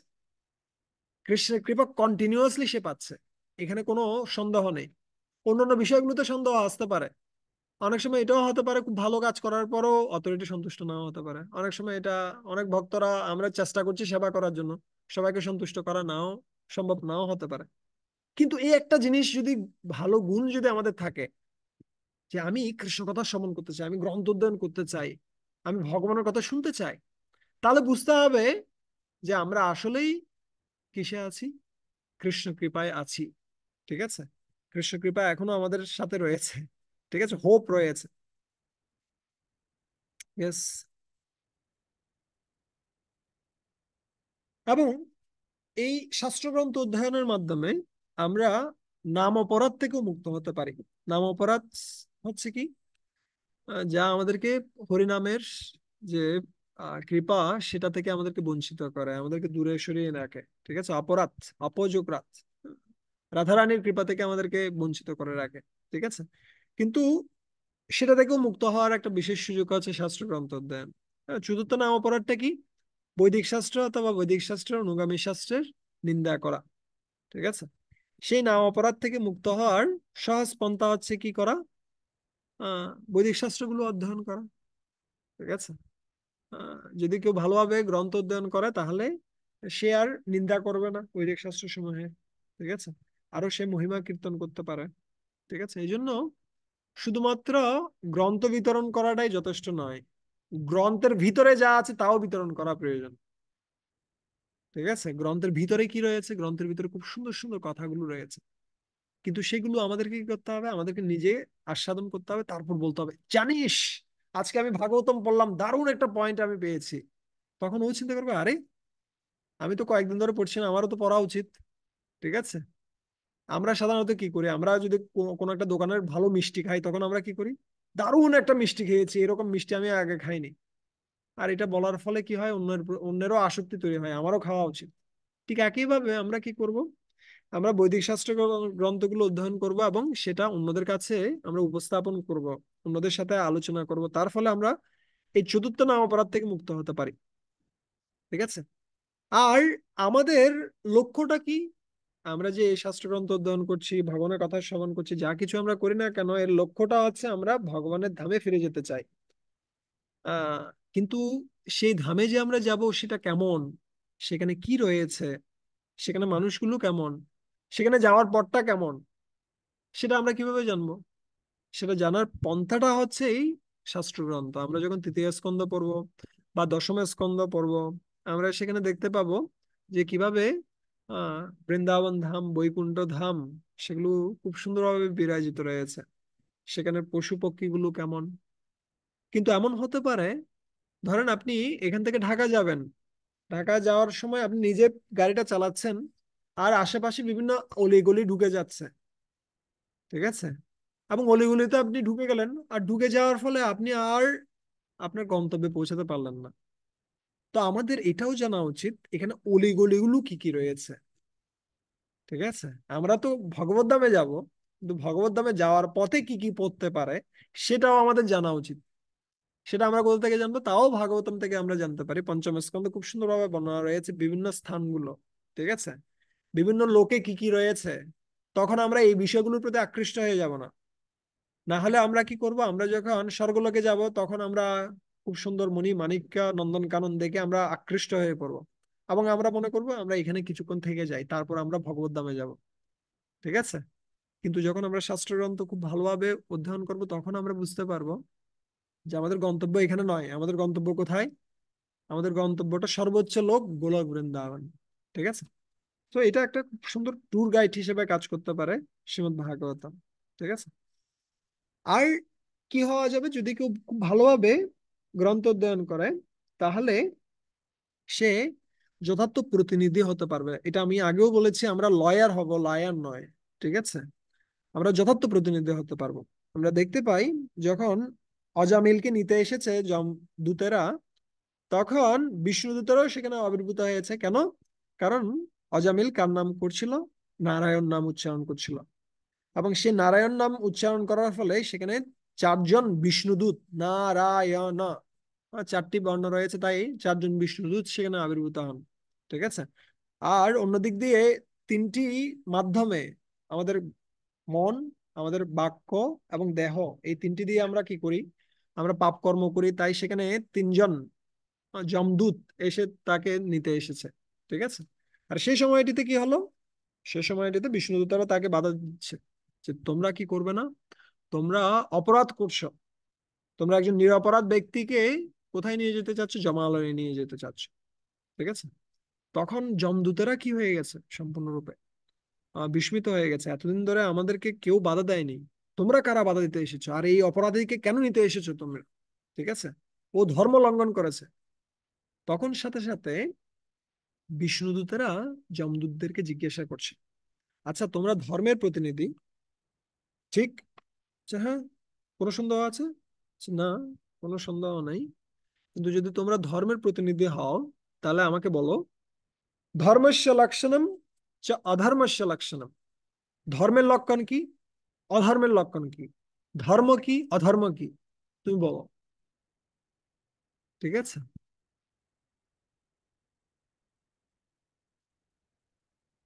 প্রভুপাদ তাৎপর্য লিখছেন খুব সুন্দর একটা কথা। প্রভুপাদ বলছেন যে আমরাও শ্রী চৈতন্য মহাপ্রভু, ভগবান কৃষ্ণ, কৃষ্ণ ভাবনামৃতের প্রতিনিধি হিসেবে প্রচার কার্যে যাচ্ছি, এবং বিভিন্ন মানুষ আমাদেরকে বিভিন্ন প্রশ্ন করবে, ঠিক আছে? কিন্তু যদি আমরা সেই প্রশ্নগুলোর উত্তর দিতে না পারি, তাহলে আমরা যথার্থ প্রতিনিধি হতে পারবো না। আর যদি আমরা সত্যিকার অর্থে শিলা প্রভুপাদের প্রতিনিধি হতে চাই, তাহলে আমাদের অবশ্যই এই গ্রন্থগুলো খুব পুঙ্খানুপুঙ্খ ভাবে পড়া উচিত। তাহলে যদি কেউ আমাদেরকে প্রশ্ন করে, তাহলে আমরা সেগুলোর আনসার দিতে পারবো, ঠিক আছে? ওরা সাথে সাথে আনসার দিচ্ছে। ওরা কি আনসার দিচ্ছে? বেদ প্রণহিত ধর্ম, বেদে যা রয়েছে, শাস্ত্রে যা রয়েছে সেটা হচ্ছে অধর্ম, আর এর ব্যতিক্রম যা রয়েছে তা হচ্ছে অধর্ম, ঠিক আছে? তো এখান থেকে শিক্ষাটা হচ্ছে কি? শিক্ষাটা হচ্ছে আমাদেরকে সবসময় প্রস্তুত থাকা উচিত। শাস্ত্রগ্রন্থগুলো অধ্যয়ন করে সমস্ত প্রশ্নগুলোর আনসার আমাদের নিয়ে রাখা উচিত। না হলে আমরা সমস্যায় পড়বো, ঠিক আছে? হুম। ইয়েস। হ্যাঁ, আর একটা ভালো দিক রয়েছে, যদি কেউ খুব ভালোভাবে শাস্ত্রগ্রন্থ অধ্যয়ন করে, সেগুলো অন্যদের সাথে আলোচনা করে, তাহলে খুব সুন্দর একটা সম্পর্ক আমাদের মধ্যে তৈরি হবে। ঠিক আছে। আহ সেটা একাদশ স্কন্ধে খুব সুন্দর একটা শ্লোক রয়েছে, পরস্পরানুকাথানম পাবনম ভগবতি যশঃ মিতরতি মিত তুষ্টি নিবৃত্তমিত আত্মনঃ। পরস্পর অনুকাথানম, সবাই একসাথে যদি আমরা এসে শাস্ত্রগ্রন্থ সমূহ নিয়ে আলোচনা করি, আমি এটা পড়লাম, ও এটা পড়লো, এটা আমি শুনলাম, এগুলো নিয়ে যখন কথা হবে, কথা হবে না পেঁয়াজের দাম বাড়লো, তারপরে হচ্ছে কি তেলের দাম বাড়লো, ডালের দাম বাড়লো, এগুলো কিছু সময় বলতে পারেন, কিন্তু সেটা যেন আমাদের লাইফের পুরো অংশ না হয়। ঠিক আছে। সো আমরা যদি শাস্ত্র গ্রন্থগুলো নিয়ে কথা বলি, পরস্পর অনুকাথানম পাবনম ভগবত এষা, আহ কিসের কথা বলবো? এই পবিত্র জনক, পবিত্রকর ভগবানের কথা আমরা যদি কি করে আলোচনা করি, তাহলে কি হবে? মিতরতি, আমাদের প্রত্যেকের যে আকর্ষণ, ভগবানের প্রতি আকর্ষণ, সেটা বর্ধিত হবে। মিত তুষ্টি, আমরা তুষ্টি চাই, আমরা আনন্দ চাই, সেই আনন্দ বা তুষ্টি বর্ধিত হবে। নিবৃত্ত মিত আত্মনঃ, এবং আমাদের প্রত্যেকের যে কিছু জড় বাসনা রয়েছে, যার কারণে আমরা সম্পূর্ণরূপে কৃষ্ণের প্রতি আকর্ষিত হতে পারছি না, সেটা সম্পূর্ণরূপে ধ্বংসপ্রাপ্ত হবে। ঠিক আছে। তাই সম্পর্ক তৈরি করার জন্য অন্য বিশেষ কিছুর প্রয়োজন নেই। সম্পর্ক তৈরি করার সবচেয়ে বেস্ট উপায় হচ্ছে, যখন আমরা খেতে বসছেন তখন একসাথে মিলে কিসের কথা বলেন? কৃষ্ণ কথা বলেন। ঠিক আছে। বা একসাথে দেখা হয়েছে, বলুন, আমি আজকে এই গ্রন্থটা পড়লাম, আমি এই কি শ্লোকটা পড়লাম, বা এই লেকচারটা আমি শুনলাম, এটা আমার খুব ভালো লাগলো। ঠিক আছে। আর একটা খুব সুন্দর শ্লোক রয়েছে, প্রথম স্কন্ধের 7ম অধ্যায়ের 11 নম্বর শ্লোক, হরের গুণ ক্ষিপ্ত মতির ভগবান বাদরায়ণ অধ্যজ্ঞান মহতাখ্যানম নিত্যম বিষ্ণু জনপ্রিয়। আহ, বলছে এই শ্রীমদ্ ভাগবতম কথা যারা প্রতিদিন অধ্যয়ন করবে, তারা কি হবে? নিত্যম বিষ্ণু জনপ্রিয়, বিষ্ণু জনদের সে প্রিয় হয়ে যাবে। ঠিক আছে। সো যদি আমরা ভক্তদের প্রিয় হতে চাই, আমরা সকলেই ভক্তদের প্রিয় হতে চাই, না? আমরা চাই অন্যরা আমাদেরকে ভালোবাসুক।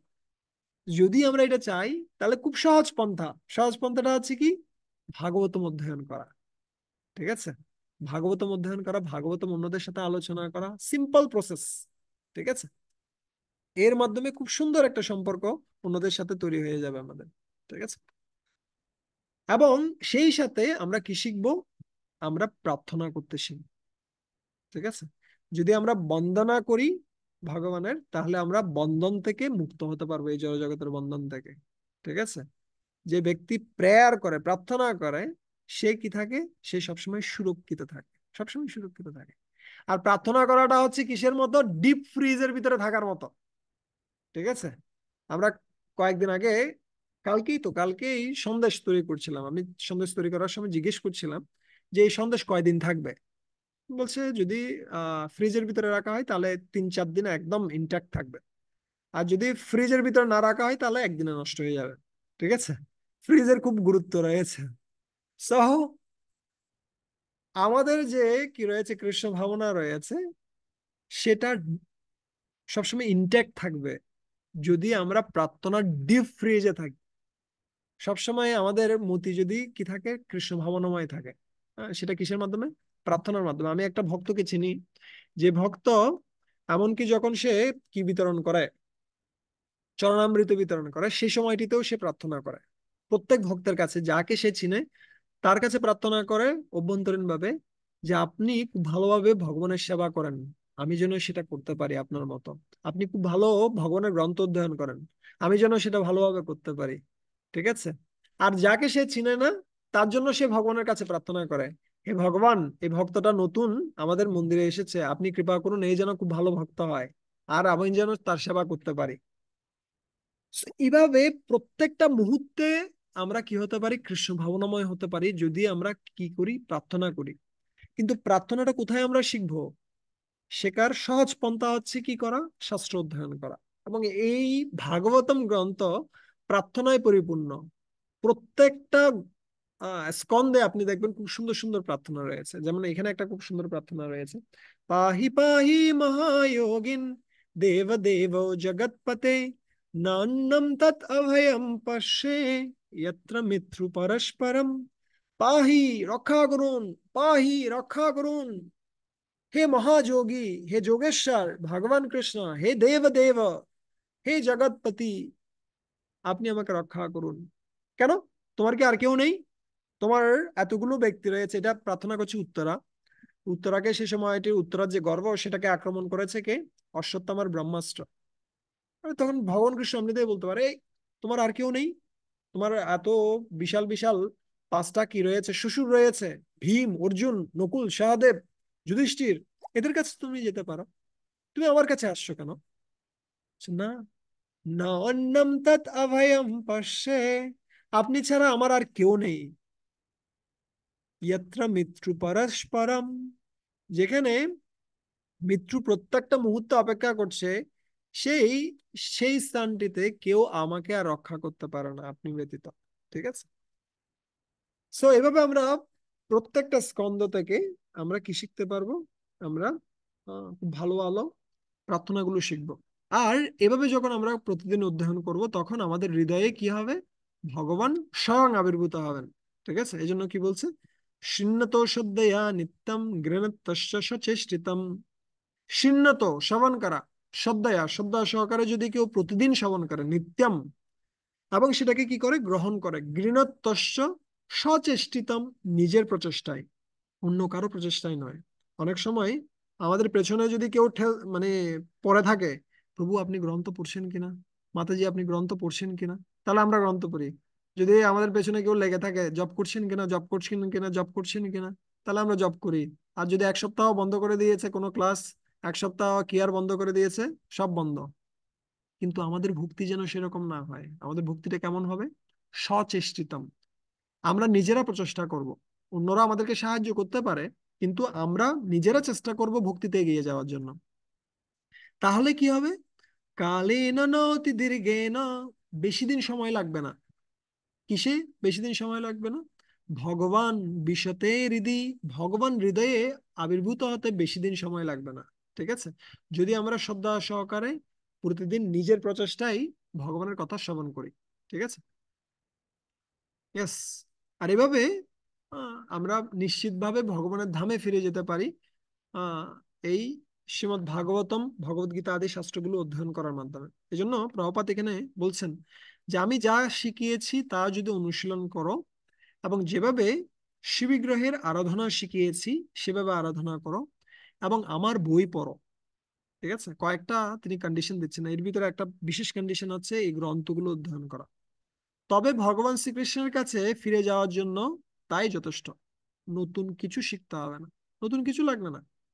শুধুমাত্র যদি কেউ গ্রন্থ অধ্যয়ন করে এবং যে নিয়মগুলো দিয়েছেন খুব ভালোভাবে কি করা, মঙ্গলারতি করা, খুব ভালোভাবে ষোলমালা জপ করা, ভগবানের সেবা করা, তাহলে নিশ্চিতভাবে কেউ ভগবানের ধামে ফিরে যেতে পারে। এখন কারো প্রশ্ন হতে পারে যে ভক্তি মানে তো আবেগ বা অথবা ভালোবাসা, এত শাস্ত্র গ্রন্থ অধ্যয়ন করার কোনো প্রয়োজন আছে কি? হুম।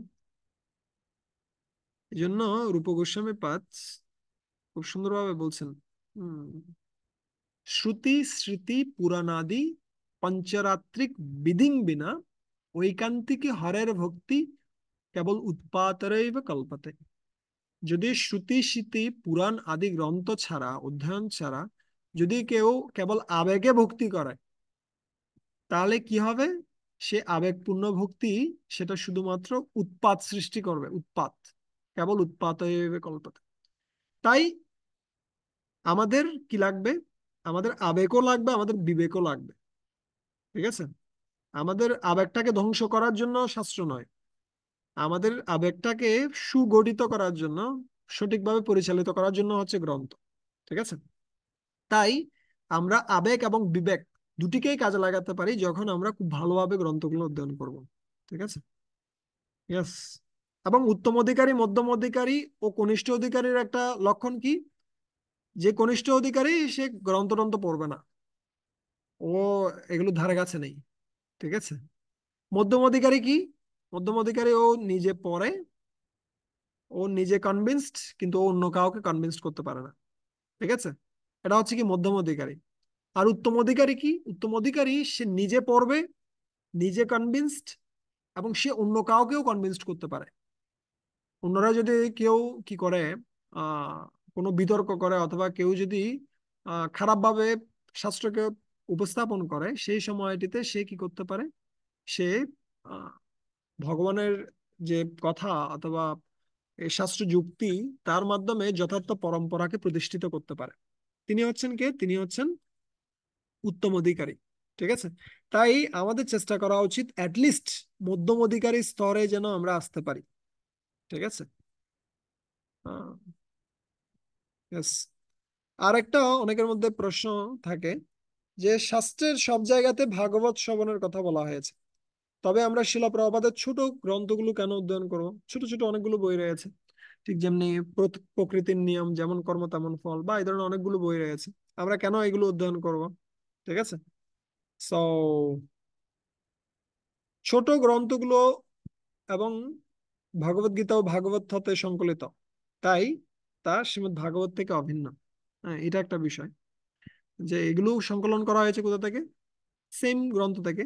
তাই আমরা কি করতে পারছি, এই ছোট ছোট বইগুলো যখন পড়ছি, সেগুলো আসলে ভাগবতময় পড়ছি আমরা।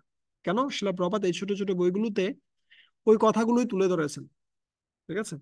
ঠিক যেমনি ছোট ছোট বাচ্চারা, তারা যখন হার্ট, মানে খুব কঠিন খাবার খেতে পারে না, তখন তাদের জন্য কি করা হয়, তাদের জন্য সিম্পল খিচুড়ি তৈরি করা হয়, যাতে করে সে খুব তাড়াতাড়ি হজম করতে পারে। ঠিক একইভাবে শিলা প্রভুপাদ কি করেছেন, খুব ছোট ছোট কিছু বই লিখেছেন। কেননা অনেক বড় বই দেখলে মানুষ ভয় পেয়ে চলে যাবে, ওই জন্য ছোট ছোট বিষয় দিয়েছেন, যাতে করে আগে থেকে বুঝতে পারে। অনেক সময় দেখবেন একটা বড় তরমুজ, ওকে যদি বলা হয় তরমুজটা পুরোটা খেতে হবে, ও বলবে আমি খেতে পারবো না, আমি চলে গেলাম। কিন্তু যদি ওকে কেটে কেটে দেওয়া হয়, ছোট ছোট পিচ করে দেওয়া হয়, তাহলে ও কি করবে? ও এমনিতে খেয়ে নেবে। সো এই ছোট বইগুলো, সেগুলো ভাগবতম থেকে নেয়া, কিন্তু সেগুলো এমন ভাবে উপস্থাপন করা হয়েছে যাতে করে মানুষ সহজে সেগুলো কি করতে পারে, ধরতে পারে। ঠিক আছে। এবং এই ছোট গ্রন্থগুলো হচ্ছে একটা ব্রিজের মতো। সেটা কি করছে? সেটা আমাদেরকে ভগবত গীতা এবং ভাগবতমের প্রতি আকর্ষণ তৈরি করছে। ঠিক আছে। এবং এই ছোট বইগুলোতে দেখবেন প্র্যাকটিক্যালি অনেকগুলো উদাহরণ দিয়ে বোঝানো হয়েছে আম, ভগবত গীতা ভাগবতমের নীতিগুলো। তার ফলে যে কেউ সহজে ভাগবতমের প্রতি আকর্ষণ বা প্রেমে পড়ে যেতে পারে। ঠিক আছে, এটা হচ্ছে একটা বিশেষ সুবিধা। এস। আরেকটা বিষয় হচ্ছে, অনেকে প্রশ্ন করে যে আমি শাস্ত্র পড়তে ভয় পাই। কেন শাস্ত্র পড়তে ভয় পাই? কেন? এখানে অনেক বিধিনিষেধ আছে, বিধিনিষেধে ভরা। ঠিক আছে, আমি কিছু জানি না, আমি পাপ কর্ম করলাম, ঠিক আছে।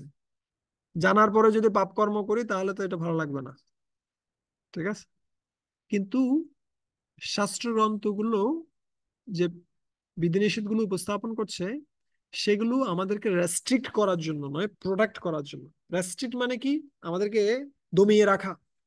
এগুলো দমিয়ে রাখার জন্য নয়, সেগুলো আমাদেরকে রক্ষা করার জন্য। ঠিক আছে। ঠিক যেমনি একটা মা, মা কি করে, তার বাচ্চাকে আলিঙ্গন করে ধরে রাখে।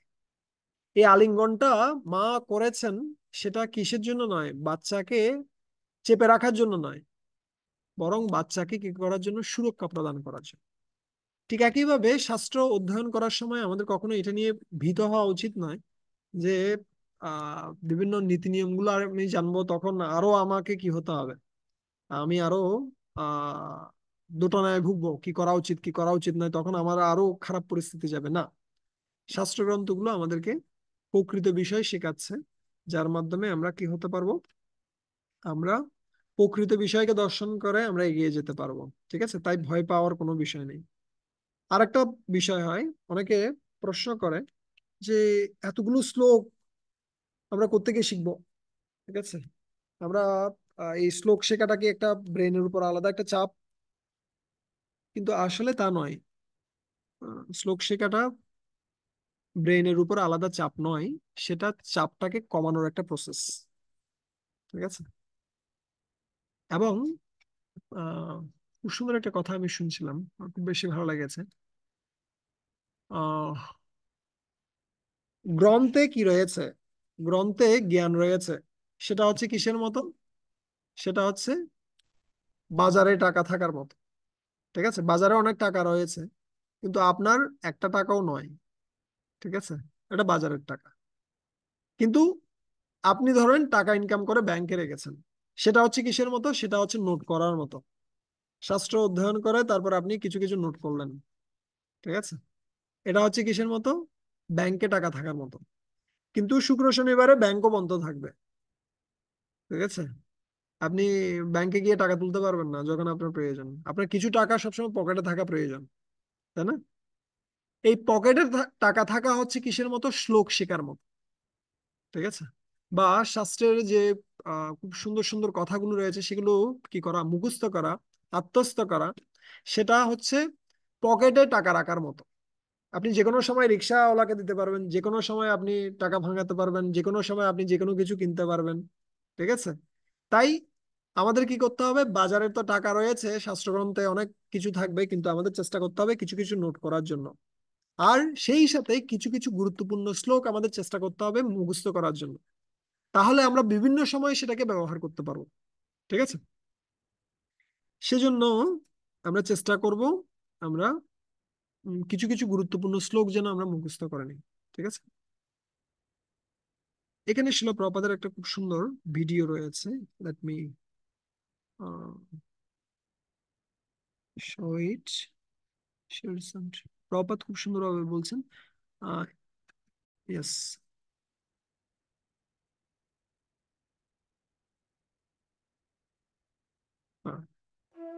আপনারা সাবটাইটেলটা পড়তে পারেন আর You read?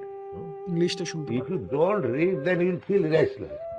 Let me go from Japan to India, from India to Japan. You are restless because you don't read. I am laboring so hard for you, but you don't take it. Don't take advantage of eating and sleeping. Take advantage of these books. Then your life will be success.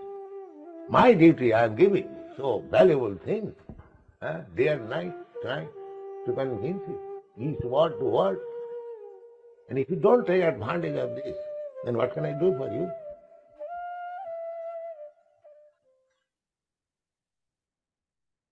তো প্রপাত এখানে বলছেন যে আমার কর্তব্যটা আমি করে গেছি।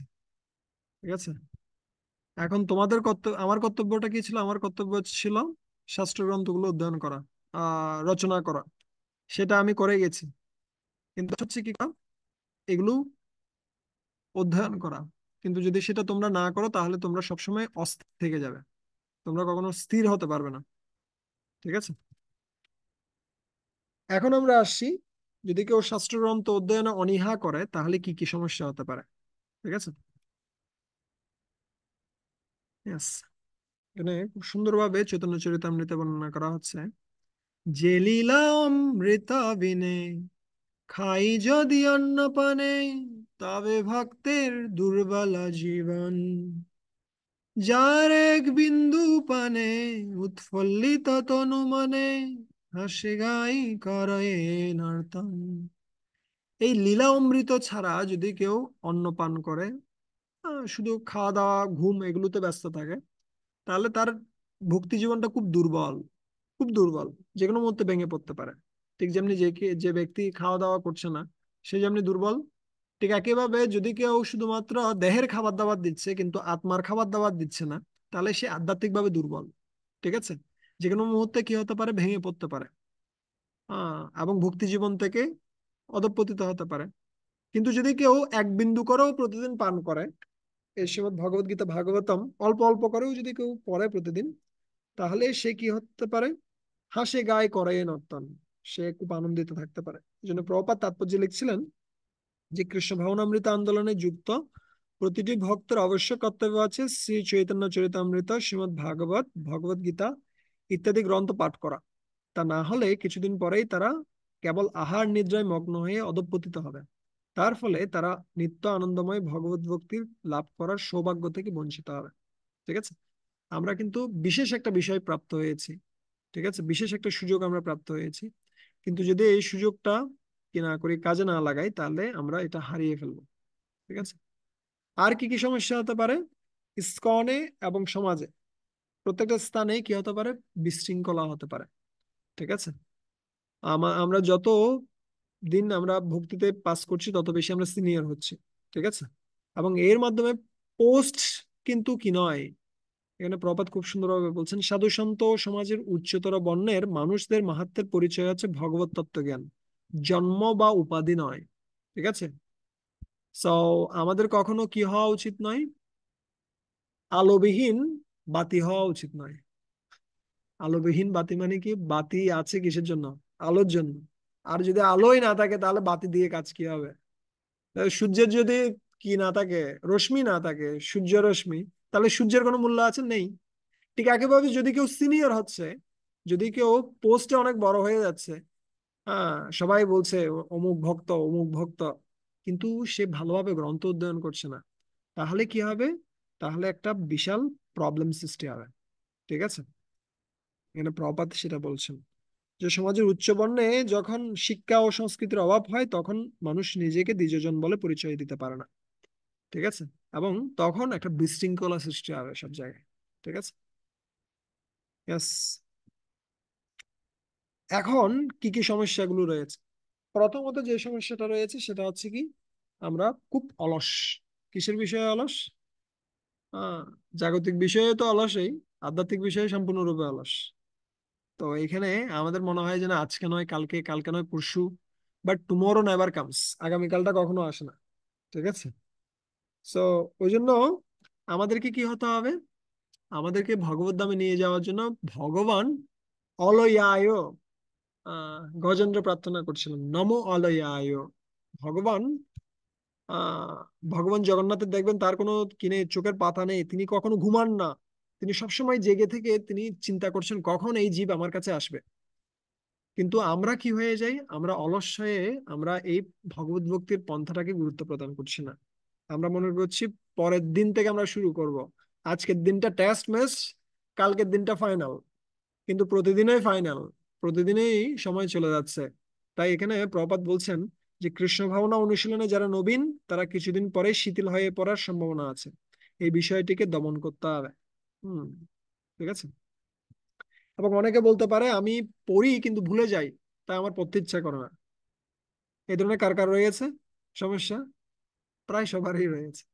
কিন্তু যদি আমি প্রশ্ন করি, গত সপ্তাহে এই দিন কি খাওয়া দাওয়া করেছিলেন, কারো মনে আছে? এমন কেউ আছে গত বছর এই দিনে কি খাওয়া দাওয়া করেছিলেন এটা বলতে পারবেন? না। তাহলে মনে না থাকলে খান কেন? আমরা খাই যেন আমরা পরিপুষ্ট হই, আমাদের দেহটা যেন ঠিক থাকে।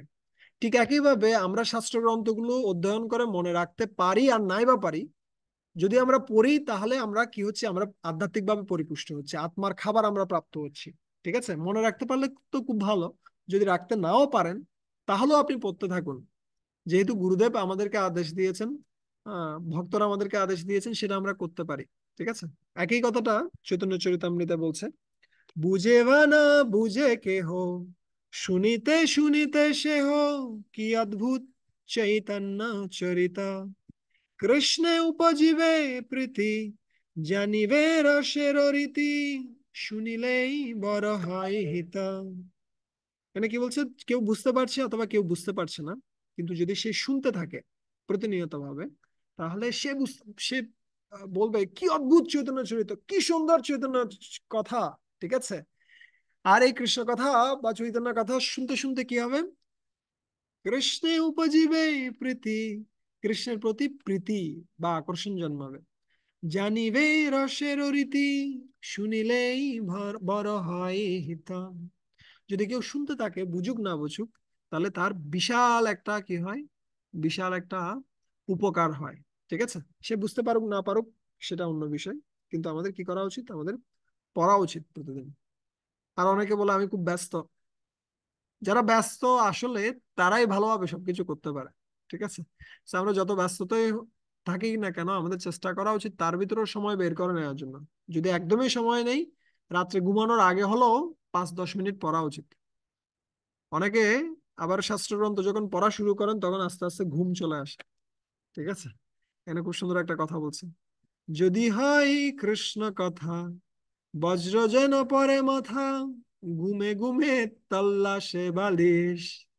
ঠিক আছে, এটা অবশ্য ভালো, মানুষের কি করার জন্য, ঘুমানোর জন্য পিল খেতে হয়, কিন্তু আমরা জাস্ট শ্রীমদ্ ভাগবতম নেয়ার সাথে সাথে দেখবেন কে চলে আসছে, কুম্ভকর্ণ হাজির। ঠিক আছে, কুম্ভকর্ণর পাশ থেকে যে নিদ্রা দেবী চলে গেছে, তো সেই স্থানটা কোথায় নিয়েছে? সেই স্থানটা এই ভাগবতম অধ্যয়নকারীদের চক্ষুতে তিনি গ্রহণ করেছেন। ঠিক আছে, তো আমাদের সাবধান থাকা উচিত। যদি খুব বেশি পরিমাণে ঘুম আসছে তাহলে হেঁটে হেঁটে পড়তে পারি, অথবা নোট করতে পারি, তাহলে এটা চলে যাবে। আর কি কি সমস্যা রয়েছে? অনেক সময় পরীক্ষা, অনেক সময় বড় ধরনের কোনো প্রবলেম চলছে, ছাত্রদের জন্য পরীক্ষা, অনেকের অনেকগুলো সমস্যা থাকতে পারে যার কারণে হয় না। কিন্তু এগুলো থেকে আমরা উত্তীর্ণ কিভাবে হতে পারি, সেটার জন্য খুব সুন্দর কৌশল হচ্ছে কি, প্রথমত আমরা যেমনি কি করছি, আমরা সবকিছুর জন্য যেমনি রুটিন তৈরি করছি, আমাদের গ্রন্থ অধ্যয়নের জন্য একটা সময় নির্ধারণ করা উচিত। আমরা এই সময় থেকে এই সময় গ্রন্থ অধ্যয়ন করব। ঠিক আছে। আর কি হতে পারে, আমরা যে জিনিসটার উম ভালো দিক সমূহ আমরা জানবো, তখন স্বাভাবিকভাবে সেই জিনিসটার প্রতি আকৃষ্ট হওয়া। ঠিক আছে। তাই আপনি দেখবেন যখন কোনো একটা নতুন প্রোডাক্ট চালু হয়, সব জায়গায় তার অ্যাডভার্টাইজমেন্ট হয়। ঠিক আছে। আর দেখতে দেখতে আমরা মনে করি যে না, এটা আমার প্রয়োজন। অথবা আমরা যখনই হার্ট অ্যাটাকের কথা শুনি, তখনই আমাদের মনে পড়ে দেবী শেঠির কথা। কেন? আমরা দেবী শেঠি সম্বন্ধে অনেক শুনেছি, এই ডাক্তারটা এমন এমন এমন এমন এমন। আর এগুলো শোনার ফলে আমারই যখন সামান্য একটু হার্টে প্রবলেম হচ্ছে, আমার মনে হচ্ছে একটু ওর কাছে দেখা করলে ভালো হবে। কেন? আমরা তার মহিমাটা জানছি। ঠিক একইভাবে আমাদের নিয়মিতভাবে শাস্ত্রগ্রন্থ অধ্যয়নের মহিমা আমাদের শোনা উচিত, এবং যারা শাস্ত্রগ্রন্থ অধ্যয়নের প্রতি আসক্ত তাদের সঙ্গ করা উচিত। তাহলে আমরা কি হতে পারবো? তাহলে আমরা স্বাভাবিকভাবে আকর্ষিত হতে পারবো। ঠিক আছে। ঠিক যেমনি শিক্ষা অষ্টকমের প্রথম শ্লোকেই ভগবান শ্রী চৈতন্য মহাপ্রভু তিনি কি করছেন, হরিনামের প্রচুর মহিমা বর্ণনা করছেন। ঠিক আছে। আর কি করা যেতে পারে, সব সময় সাথে রাখা যেতে পারে। এই জিনিসটা আমি সবসময় করার চেষ্টা করি। আমি যে কোনো জায়গায় যাই না কেন, আমি সবসময় কি করি, আমি চেষ্টা করি সাথে গ্রন্থ রাখার জন্য। ঠিক আছে। আমার এখনো মনে পড়ে, আমি তখন ইউনিভার্সিটি লেভেলে যখন ছিলাম, ইউনিভার্সিটিতে যাওয়া আসা, সবসময় আমার ব্যাগে বই থাকতো, নোট থাকতো। ঠিক আছে, আমি যখনই সুযোগ পেতাম আমি পড়তাম। এমনকি যখন এমন হয়েছে যে ট্রেনে দাঁড়িয়ে আছি, ঠিক আছে, ওই সময়টাতে আহ কিছু সুযোগ নেই কোনো কিছু করার, আমি জাস্ট বই বের করে আমি ওখান থেকে পড়ছি। ঠিক আছে, এক এক হাত দিয়ে ধরে আছি আর এক হাত দিয়ে পড়ছি। ঠিক আছে। এবং একজন ব্যক্তি, ওই সময়টাতে আমরা কি করছিলাম, ওই সময়টাতে আমরা ওয়ান টাইম প্রোগ্রামের জন্য প্রচার করছিলাম, বিভিন্ন জায়গায় আর্ট অফ মাইন্ড কন্ট্রোলের কি লাগিয়েছি, পোস্টার লাগিয়েছে। ঠিক আছে। এবং একটা ছেলে, ও ওই পোস্টার দেখে আর আমার হাতে বই দেখে বুঝতে পারছে এই পোস্টারটা হচ্ছে ইসকনের, এই ব্যক্তিটা হচ্ছে ইসকনের মেবি। ঠিক আছে। ওকে জিজ্ঞেস করলে বুঝে যেতে পারে। তো আমাকে জিজ্ঞেস করছে যে মনে হয় এই প্রোগ্রামটা আপনাদের, এই প্রোগ্রামটা কোথায় হবে, এটার কোনো কার্ড টার্ড আমাকে কি দিতে পারেন? তখন আমি বললাম যে হ্যাঁ হ্যাঁ, আমরাই তো এটা আয়োজন করছি, এ নিন আমার কাছে কার্ড, নিন। সাথে সাথে আমি কার্ডটা দিলাম। সো এভাবে ব্যক্তিটা কি হয়ে গেল, হয়তো ওর পূর্বজন্মের স্বীকৃতি রয়েছে, কিন্তু আমি গ্রন্থটা পড়ছিলাম, সেটার কারণে এটা আকর্ষণটা কিসের দিকে গেছে, ওই প্রোগ্রামটার দিকে গেছে বা কৃষ্ণ ভাবনার দিকে গেছে। এবং ওই ভক্তটা হচ্ছে আমাদের হৃদয় বল্লভ প্রভু। ঠিক আছে। এখন বর্তমানে আমাদের ইয়াতে রয়েছেন, চট্টগ্রাম বিশ্ববিদ্যালয়ের ছাত্র। ঠিক আছে। সো আমরা যদি আমাদের কাজগুলো করতে থাকি, কৃষ্ণ আমাদের কাছে কি করবেন, কৃষ্ণ যে সমস্ত ভক্তগুলোকে তার কৃষ্ণ ভাবনাময় সঙ্গে নিয়ে আসতে চাচ্ছেন তাদেরকে যুক্ত করবেন। ঠিক আছে। বাট আমাদেরকে কি করতে হবে, আমাদের কোনো সময় নষ্ট করা যাবে না। সব সময় যেন আমরা কি করি, সাথে সাথে গ্রন্থ রাখি, কিছু কিছুক্ষণ অন্তপক্ষে পড়ি যেখানে পারছি না। ঠিক আছে। শিল প্রভুপাদ যখন আমেরিকা যাচ্ছিলেন সে সময়টিতে, ঠিক আছে, তিনি একটি সুইটকেস নিয়েছিলেন, একটি ছাতা নিয়েছিলেন, এবং কিছু শুকনো খাবার নিয়েছিলেন। কিন্তু তিনি সাথে যাওয়ার সময় বড় বড় তিন ট্রাঙ্ক, তিন খণ্ড সমন্বিত 200 সেট শ্রীমদ্ ভাগবতম নিয়ে গেছে। নিজের জিনিস নিয়ে গেছে খুব কম, কিন্তু ভাগবতম নিয়ে গেছে খুব বেশি পরিমাণে। এবং সেটাই পুরো জগতে কি করেছে, বিপ্লব ঘটিয়েছে। এবং একবার একজন মহারাজ, চন্দ্রমৌলি মহারাজ, তিনি ব্রহ্মচারী ক্লাস দিচ্ছিলেন সব ব্রহ্মচারীদের মাঝে। এবং তখন মহারাজ ব্রহ্মচারীদের মাঝে বলছেন, তোমরা সবাই বিয়ে করো। এই কথা শুনে সব ব্রহ্মচারীরা হা হয়ে গেছে। কি বলে মহারাজ? মহারাজ কি সত্য বলছেন নাকি মিথ্যা বলছেন, নাকি আমাদের সাথে মজা করছেন? তাকিয়ে আছেন মহারাজের দিকে। কি বলে মহারাজ? আবার বলছেন মহারাজ, তোমরা সবাই বিয়ে করো। তাকিয়ে আছে, কিরে মহারাজ কি বলছেন এটা? এটা কি ব্রহ্মচারী ক্লাসে আসছেন নাকি কোনো গৃহস্থ ক্লাসে আসছেন, নিত্যানন্দ সবার ক্লাসে? মহারাজ আবার বলছে, তোমরা সবাই বিয়ে করো, শ্রীমদ্ ভাগবতমকে বিয়ে করো। শ্রীমদ্ ভাগবতম হচ্ছে আমাদের সবচেয়ে বড় সঙ্গী। এই জন্য সনাতন গোস্বামী বলছিলেন, মত এক বন্ধু মত সঙ্গিন, মত গুরু মত মহাত্মা। আমার আমার সবচেয়ে প্রিয় বন্ধু, প্রিয় সঙ্গী হচ্ছে এই শ্রীমদ্ ভাগবতম। তাই আমাদের সবসময়, আমরা যেমনি আমাদের স্বামী অথবা স্ত্রীকে সাথে রাখছি, ঠিক একইভাবে কাকে সাথে রাখা উচিত? শ্রীমদ্ ভাগবতমকে সাথে রাখা উচিত, গ্রন্থকে সাথে রাখা উচিত। ঠিক আছে? আর কি করা যেতে পারে? শাস্ত্রগ্রন্থ যখন আমরা অধ্যয়ন করছি, কিছু কিছু নোট করা যেতে পারে। ঠিক আছে? এবং নোট করার ফলে কি কি লাভ হবে? প্রথমত আমাদের ঘুম যেটা আসছে সেটা আসবে না, ভবিষ্যতের প্রয়োজনে কাজে লাগানো যাবে সেটা। এবং অন্যান্য বৈষ্ণবরা যারা রয়েছেন তারা খুব সুন্দরভাবে নোট করেন। সো আমাদেরও তাদের পদাঙ্ক আমরা অনুসরণ করতে পারবো এবং প্রচার করতে পারবো খুব ভালোভাবে। কিভাবে আমরা করতে পারি? সিম্পল নিয়ম হতে পারে, একটা শিরোনাম দেওয়া যেতে পারে, এটা এই বিষয় নিয়ে বলছে, এটা অ্যাসোসিয়েশন নিয়ে বলছে, এটা ভক্ত সংঘ নিয়ে বলছে, অথবা এটা কি নিয়ে বলছে, এটা মায়া নিয়ে বলছে, এটা শ্রবণের গুরুত্ব নিয়ে বলছে। এভাবে আমরা একটা শিরোনাম দিতে পারি। আমরা কি কি উপমা রয়েছে সেখানে সেটা আমরা গ্রহণ করতে পারি, ঠিক যেমনি এখানে বর্ণনা করা হচ্ছে। আহ কৃষ্ণ কথা হচ্ছে কিসের মতো? কৃষ্ণ কথা হচ্ছে ঠিক অমৃতের মতো। ঠিক আছে? সো এটা একটা উপমা, উপমাটা আমরা নিতে পারি। নং মানে এতজন, এত, এটা। অথবা আরেকটা জিনিস করা যেতে পারে, সবচেয়ে বেস্ট কথা যেটা রয়েছে, আমি যেটা পরে সবচেয়ে যেটা ভালো লেগেছে সেটা আমি লিখে রাখতে পারি, একটা লাইন। ধরলাম আমি এক পৃষ্ঠা পড়েছি, একটা পৃষ্ঠা থেকে এই লাইনটা অথবা এই লাইনটা আমার খুব বেশি ভালো লেগেছে, যে যে লাইনগুলো ভালো লাগছে সেগুলো লিখে রাখুন। ঠিক আছে? সিম্পল যদি আমরা ধরি, ঠিক আছে, তাহলে আমরা খুব সুন্দরভাবে করতে পারি অ্যাটলিস্ট। ঠিক আছে? আর পুরো চ্যাপ্টারটাকে আমরা একবার পড়ে যেতে পারি, এটাকে বলা হচ্ছে বার্ডস আই ভিউ, বিহঙ্গ অবলোকন। একটা পাখি যেমনি অনেক উপর থেকে পুরো এটাকে দেখে, পুরো শহরটাকে দেখে, ঠিক একইভাবে আমরা পুরো চ্যাপ্টারটা একবার অনুবাদগুলো পড়ে নিতে পারি। তাহলে আমরা পুরোটার একটা কি পেলাম, আইডিয়া পেলাম। তারপর আমরা প্রত্যেকটা শ্লোকের তাৎপর্য, অনুবাদ, তাৎপর্য সহকারে সবকিছু আমরা বিস্তারিতভাবে পড়লাম। ঠিক আছে? এটাকে বলা হয় বিহঙ্গ অবলোকন। পুরোটাকে একবার দেখা, তারপর ভিতরে প্রবেশ করা। আরেকটা হতে পারে সিংহ অবলোকন। সিংহ অবলোকন কি? একটা দুটো শ্লোক পরে আবার পেছনে থাকানো, যে আমি কি পড়েছিলাম, কি শুনেছিলাম। ঠিক আছে? গতকাল ক্লাসে কি শুনেছিলাম, আজকে ক্লাসে কি শুনলাম, আজকে আমি কি পড়লাম, কালকে আমি কি পড়েছিলাম। এটা হচ্ছে সিংহ অবলোকন। ঠিক আছে? এটা আমরা প্রচেষ্টা করতে পারি। আর কি করতে পারি? আমরা উপলব্ধিগুলো অন্যদের সাথে বিনিময় করতে পারি। ঠিক আছে? আমরা একটা কাজ করতাম, বিশেষত যখন ভয়ে এসেছিলাম সে সময়টিতে, আমরা একসাথে প্রসাদ পেতাম, প্রসাদ পাওয়ার সময় আমরা প্রত্যেকে বলতাম এক একজন করে, আমি গতকাল এটা পড়েছি, এখান থেকে এই জিনিসটা ভালো লেগেছে। এবং প্রত্যেকে একটা একটা করে পয়েন্ট বলতো। এবং এর মাধ্যমে কি হতো? প্রত্যেকের মধ্যে একটা স্পৃহা কাজ করতো, আমি যে প্রসাদ পেতে বসেছি, আমি যদি কিছু না পড়ে থাকি তাহলে আমাকে কিছু পড়ে তারপর যেতে হবে। ঠিক আছে? অ্যাটলিস্ট সবার মধ্যে একটা সচেতনতা কাজ করতো। ঠিক আছে? তো এটা আমরা নিজেদের মধ্যে প্রচেষ্টা করতে পারি, নিজেরা খুব ভালো ভালো যা কিছু পড়ছি শুনছি সেগুলো অন্যদের সাথে বিনিময় করতে পারি। ঠিক আছে? আর যদি ভক্তিশাস্ত্রী, ভক্তি বৈভব এই কোর্সগুলো করতে পারি সেটা আরো ভালো। তাহলে একজন নির্দিষ্ট শিক্ষকের অধীনে থেকে আমরা কি করতে পারবো, অধ্যয়ন করতে পারবো। তাহলে সেটা আরো ভালোভাবে আমরা ধরতে পারবো সবকিছু। ঠিক আছে?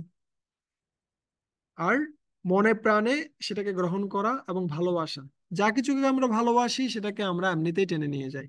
ঠিক যেমনি কাউকে ক্লাস দিতে হয় না কিভাবে ফেসবুক ব্যবহার করতে হয়, কিভাবে ইউটিউব চালাতে হয়। ঠিক আছে? কিভাবে ইউটিউবের প্রতি আসক্তি বাড়ানো যায়, কিভাবে ফেসবুকের প্রতি আসক্তি বাড়ানো যায়, সেটা নিয়ে কোনো ক্লাস দিতে হয়? দিতে হয় না, এমনিতেই মানুষ আসক্ত, কারণ এটা মানুষ ভালোবাসে। একইভাবে যদি আমরা কৃষ্ণ ভাবনাকে ভালোবাসি, কৃষ্ণ কথাকে ভালোবাসি, এই গ্রন্থ অধ্যয়নকে ভালোবাসি, তাহলে কোনো পরিস্থিতি আমাদেরকে বাধা দিতে পারবে না। ঠিক যেমনি একটা বাচ্চা শিশু, সে সবসময় খেলা করে, সে খেতে বসলেও খেলা করে, সে ঘুমাতে গেলেও খেলা করে। ঠিক একইভাবে যদি আমরা সত্যিকার অর্থেই ভালোবাসি কৃষ্ণ কথাকে, তাহলে এমনিতেই আমরা কি থাকবো, পরিপুষ্ট থাকবো। আমরা এমনিতেই কৃষ্ণ ভাবনার এই যে রস, সেটা ছাড়া আমরা আনন্দে থাকতে পারবো না। ঠিক আছে? ওই জন্য শিল প্রভুপাদ লিখছেন খুব সুন্দরভাবে, তোমরা আমাদের গ্রন্থসমূহ অত্যন্ত যত্ন সহকারে পাঠ ও অধ্যয়ন করছো জেনে আমি খুব সন্তুষ্ট হয়েছি। তোমাদের অনেক ধন্যবাদ। কেবল আমার উপর প্রচার নির্ভর করে না, আমার সকল শিষ্যদের ভালো প্রচারক হতে হবে। নিষ্ঠা সহকারে গ্রন্থ অধ্যয়নের উপর তা নির্ভর করে, কারণ এর মাধ্যমে তোমরা সঠিক সিদ্ধান্তে উপনীত হতে পারবে। ঠিক আছে, সঠিক সিদ্ধান্তে আমরা উপনীত হতে পারবো যদি আমরা সেটা করি। হৃদয়ানন্দকে পত্র লিখছেন। সো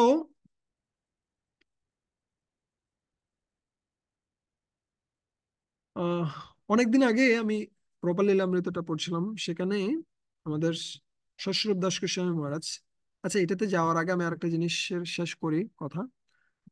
আমাদের কোন বই আগে পড়া উচিত, কোন বই পরে পড়া উচিত, সেটা নিয়েও একটা প্রশ্ন রয়েছে। সো আমাদের ভয়েস থেকে একটা ডায়েরি বের হয়, এবছর বের হয়নি সম্ভবত, এখানে লিস্ট আছে কোন কোন বইয়ের পরে কোন বই পড়া উচিত। সো আপনারা চাইলে সেই লিস্টটা গ্রহণ করতে পারেন মন্দিরে গেলে, অথবা আমি পাঠাতে পারি সবাইকে। সো ওই লিস্ট অনুসারে আমরা পড়তে পারি ধাপে ধাপে, তাহলে সেটা ভালো। ঠিক যেমনি আমরা বিগ্রহ দেখার সময় আমরা আগে চরণ দেখি, চরণ দেখে আস্তে আস্তে উপরের দিকে উঠি। ঠিক আছে। সো আমরা একটা কনক্লুশনে আসছি। কনক্লুশনে বিশেষ করে আমি অনেকদিন আগে কি পড়ছিলাম, প্রপাল লীলামৃত পড়ছিলাম, সেখানে শশ্বরূপ দাস গোস্বামী মহারাজ তিনি যখন প্রসাদের প্লেট পেতেন, সে সময়টি তিনি তিনি প্রার্থনা করতেন, হে ভগবান, আমি যে এত সুন্দর প্রসাদ আমি প্রাপ্ত হয়েছে, এত সুন্দর কৃষ্ণ ভাবনা যে প্রাপ্ত হয়েছে, আমি যেন এই কৃষ্ণ ভাবনা থেকে, এই প্রসাদ থেকে যেন আমি কখনো বঞ্চিত না হই, আমি যেন কখনো এটা থেকে দূরে সরে না যাই। ঠিক আছে, এইভাবে তিনি প্রার্থনা করে তারপর প্রসাদ গ্রহণ করতেন। সো আমাদেরও উচিত প্রার্থনা করা, প্রত্যেকটা মুহূর্তে কি প্রার্থনা করা, যে আমি এত সুন্দর একটা সুযোগ পেয়েছি আহ কি করার জন্য, শাস্ত্রগ্রন্থ অধ্যয়ন করার জন্য, ভগবানের কথা শ্রবণ করার জন্য। হে ভগবান, আমি যেন কখনোই এই গ্রন্থ অধ্যয়ন এবং শ্রবণ থেকে বিচ্যুত না হয়ে পড়ি, কারণ ভক্তি মার্গ এতই সুন্দর এবং আমি এতই অধঃপতিত যে আমার ভয় হয় এই অবহেলার জন্য আমি এই আনন্দময় জীবন থেকে বঞ্চিত হব। ঠিক আছে। সো আমাদের এভাবে আমরা প্রার্থনা করতে পারি, আহ কৃষ্ণ, করো এই আশীর্বাদ, গ্রন্থ অধ্যয়ন হতে না পড়ি যেন বাদ। ঠিক আছে, আমাদের প্রার্থনা করা উচিত ভাবে যে হে ভগবান কৃষ্ণ, আমায় আশীর্বাদ করুন আমি যেন কখনো গ্রন্থ অধ্যয়ন থেকে বাদ না পড়ি। আর যখন আমরা প্রতিদিন প্রার্থনা করছি গুরুদেবের কাছে, বৈষ্ণবদের কাছে, ভগবানের কাছে, তখন সে অভ্যাসটাকে আমরা দৃঢ়ভাবে গ্রহণ করার জন্য আমরা প্রস্তুত হই। ঠিক আছে। তাই আমি বেশিরভাগ ক্ষেত্রেই বলি যে যে কোনো ভালো অভ্যাস গঠনের সবচেয়ে ভালো পন্থা হচ্ছে প্রার্থনা করা। তাই নিজেকে প্রস্তুত করুন। কিভাবে প্রস্তুত করা? যে প্রভুপাদের কাছে প্রার্থনা করা, আপনি এত সুন্দর অনেকগুলো গ্রন্থ রচনা করেছেন, আপনি পাশ্চাত্যবাসীকে রক্ষা করেছেন, উদ্ধার করেছেন, আপনি ভারতীয় জগাই মাদাইয়ের মতো ব্যক্তি, আমাকে একটু উদ্ধার করুন। ঠিক আছে, আমি যেন আপনার এই রচিত গ্রন্থগুলো খুব ভালোভাবে কি করতে পারি, অধ্যয়ন করতে পারি। আমরা ভগবান কৃষ্ণের কাছে প্রার্থনা করতে পারি, আপনার সর্বাঙ্গ হচ্ছে এই শ্রীমদ্ ভাগবতম, ভাগবতম থেকে আপনি অভিন্ন।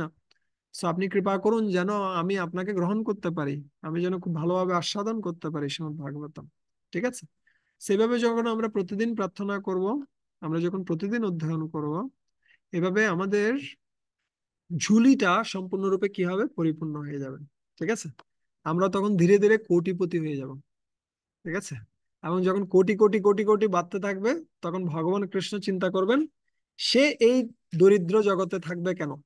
আমাদের যেমনি টাকা হলে আমরা আর বাংলাদেশে থাকতে চাই না, আমরা বিদেশে চলে যেতে চাই। ঠিক আছে। ঠিক একইভাবে যখন কারো গ্রন্থ অধ্যয়নের মাধ্যমে, হরিনাম জপের মাধ্যমে যখন তার কোটি কোটি সম্পদ বাড়তে থাকবে, তখন ভগবান চিন্তা করবে ও এই জগতে থাকার ব্যক্তি নয়, ওকে কোথায় নিয়ে আসা উচিত, আমার ধামে নিয়ে আসা উচিত। ঠিক আছে। আলটিমেটলি আমরা মৃত্যুর জন্য প্রস্তুত হতে পারবো যদি আমরা শ্রবণ করি আর ভালোভাবে এই গ্রন্থগুলো অধ্যয়ন করি প্রতিনিয়ত। ঠিক আছে। হরে কৃষ্ণ হরে কৃষ্ণ, কৃষ্ণ কৃষ্ণ হরে হরে, হরে রাম রাম রাম হরে হরে। অনেক ধন্যবাদ সবাইকে। হরে কৃষ্ণ। কারো কোনো প্রশ্ন থাকলে আমরা একটা প্রশ্নের আনসার দিতে পারি, কারণ সময়টা অনেক বেশি হয়ে গেছে।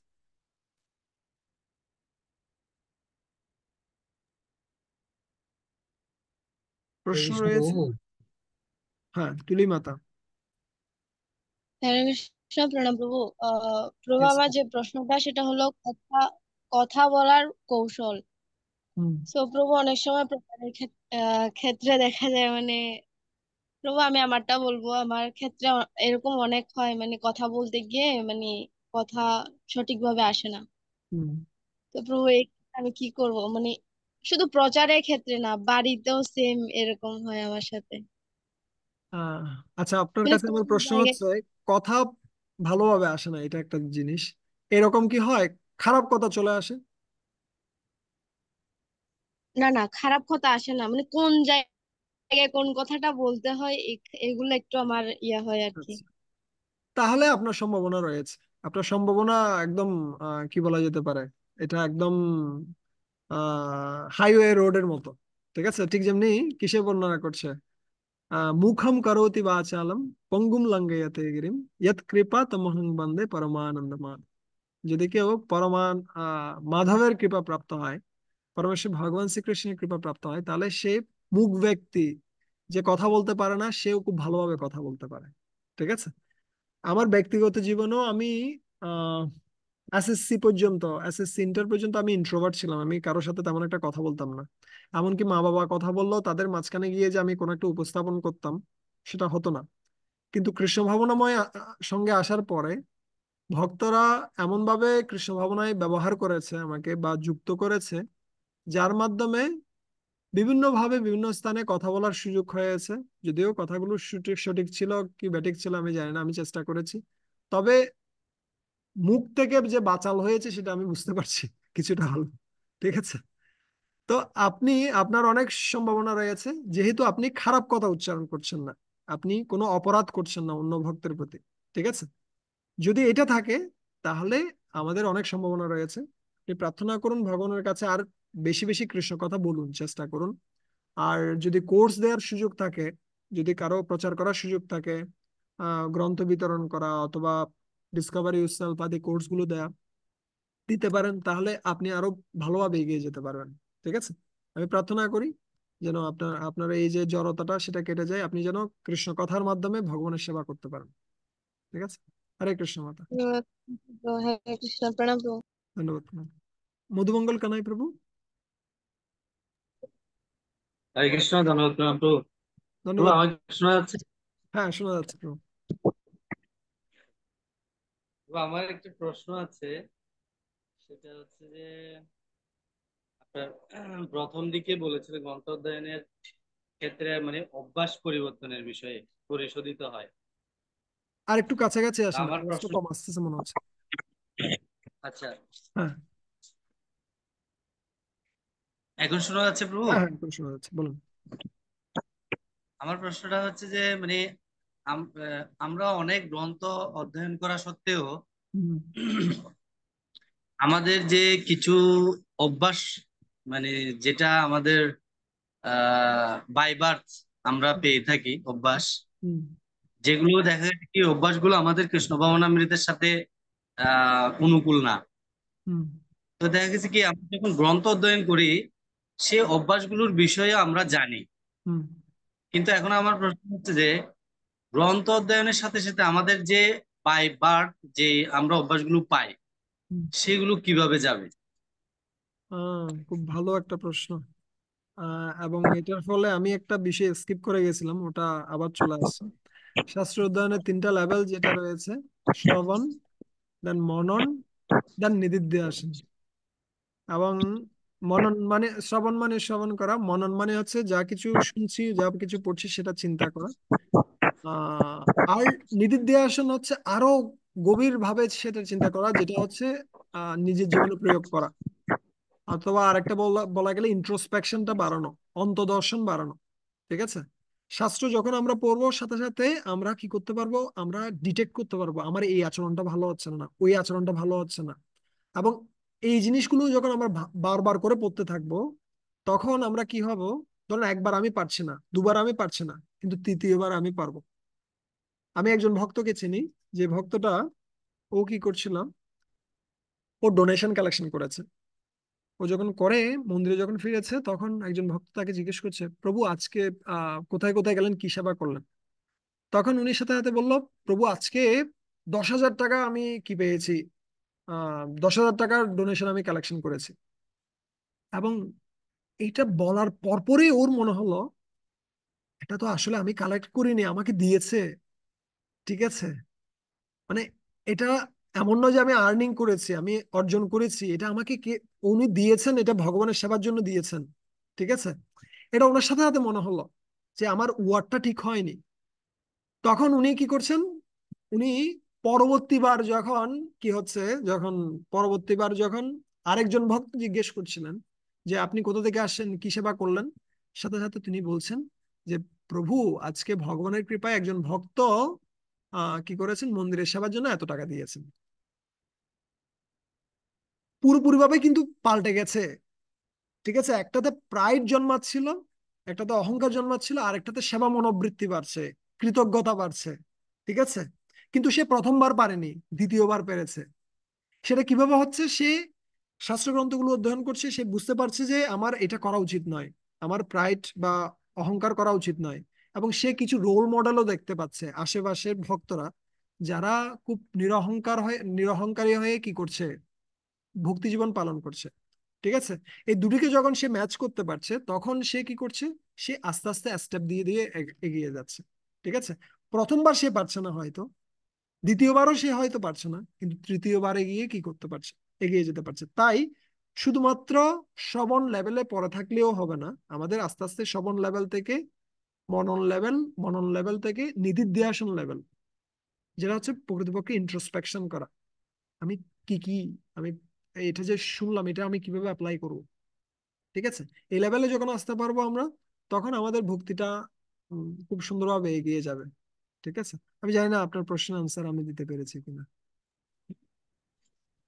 ধন্যবাদ প্রভু। প্রভু, আরেকটা প্রশ্ন কি করতে পারবো? আমার মনে হয় অনেক রাত্রি হয়ে গেছে।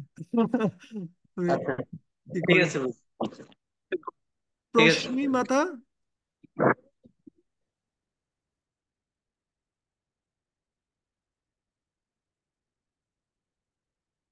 আনমিউট করুন। হ্যাঁ, হরে কৃষ্ণ প্রভু, প্রণাম আপনার শ্রীচরণে। হ্যাঁ বলুন। প্রভু, আমি হোস্টেলে থাকি, সেজন্য মানে এখানে মানে ওদের কালচারের সাথে আমাদের কালচার মেলে না, সেই ক্ষেত্রে অনেক সময় অনেকটা সহ্য করে থাকি। আর যখন মানে অনেক মানে নিজেকে কন্ট্রোল রাখার চেষ্টা করি, মানে মানে কঠোর শব্দ যেন মুখ থেকে বের না হয়, তবুও অনেক ক্ষেত্রে মানে কঠোর কথা বলতে হয়। মানে অনেক মানে নিজেকে কিভাবে মানে মানে কন্ট্রোলে রাখবো কথার মধ্যে, মানে অনেক কঠোর কথা বলতে হয় না পারতে। আর গ্রন্থ পড়ার অভ্যাস মানে প্রতিদিনে আসক্তি কিভাবে আসবে প্রভু, মানে এই পরিস্থিতিতে। এটা নিয়ে আলাদাভাবে আমরা আলোচনা করতে পারি কোনো এক সময়, হয়তো আর্ট অফ স্পিচ নিয়ে। কিন্তু আহ মূল বিষয়টা হচ্ছে, অনেক সময় হয়তো কঠিন কথা বলতেও হতে পারে মানুষকে শিক্ষা দেওয়ার জন্য, অথবা যে সমস্ত ব্যক্তিরা আমাদের সাথে রয়েছে তারা সহজ কথা বললে, খুব সুন্দরভাবে বললে নাও শুনতে পারে, এ ধরনের হতে পারে।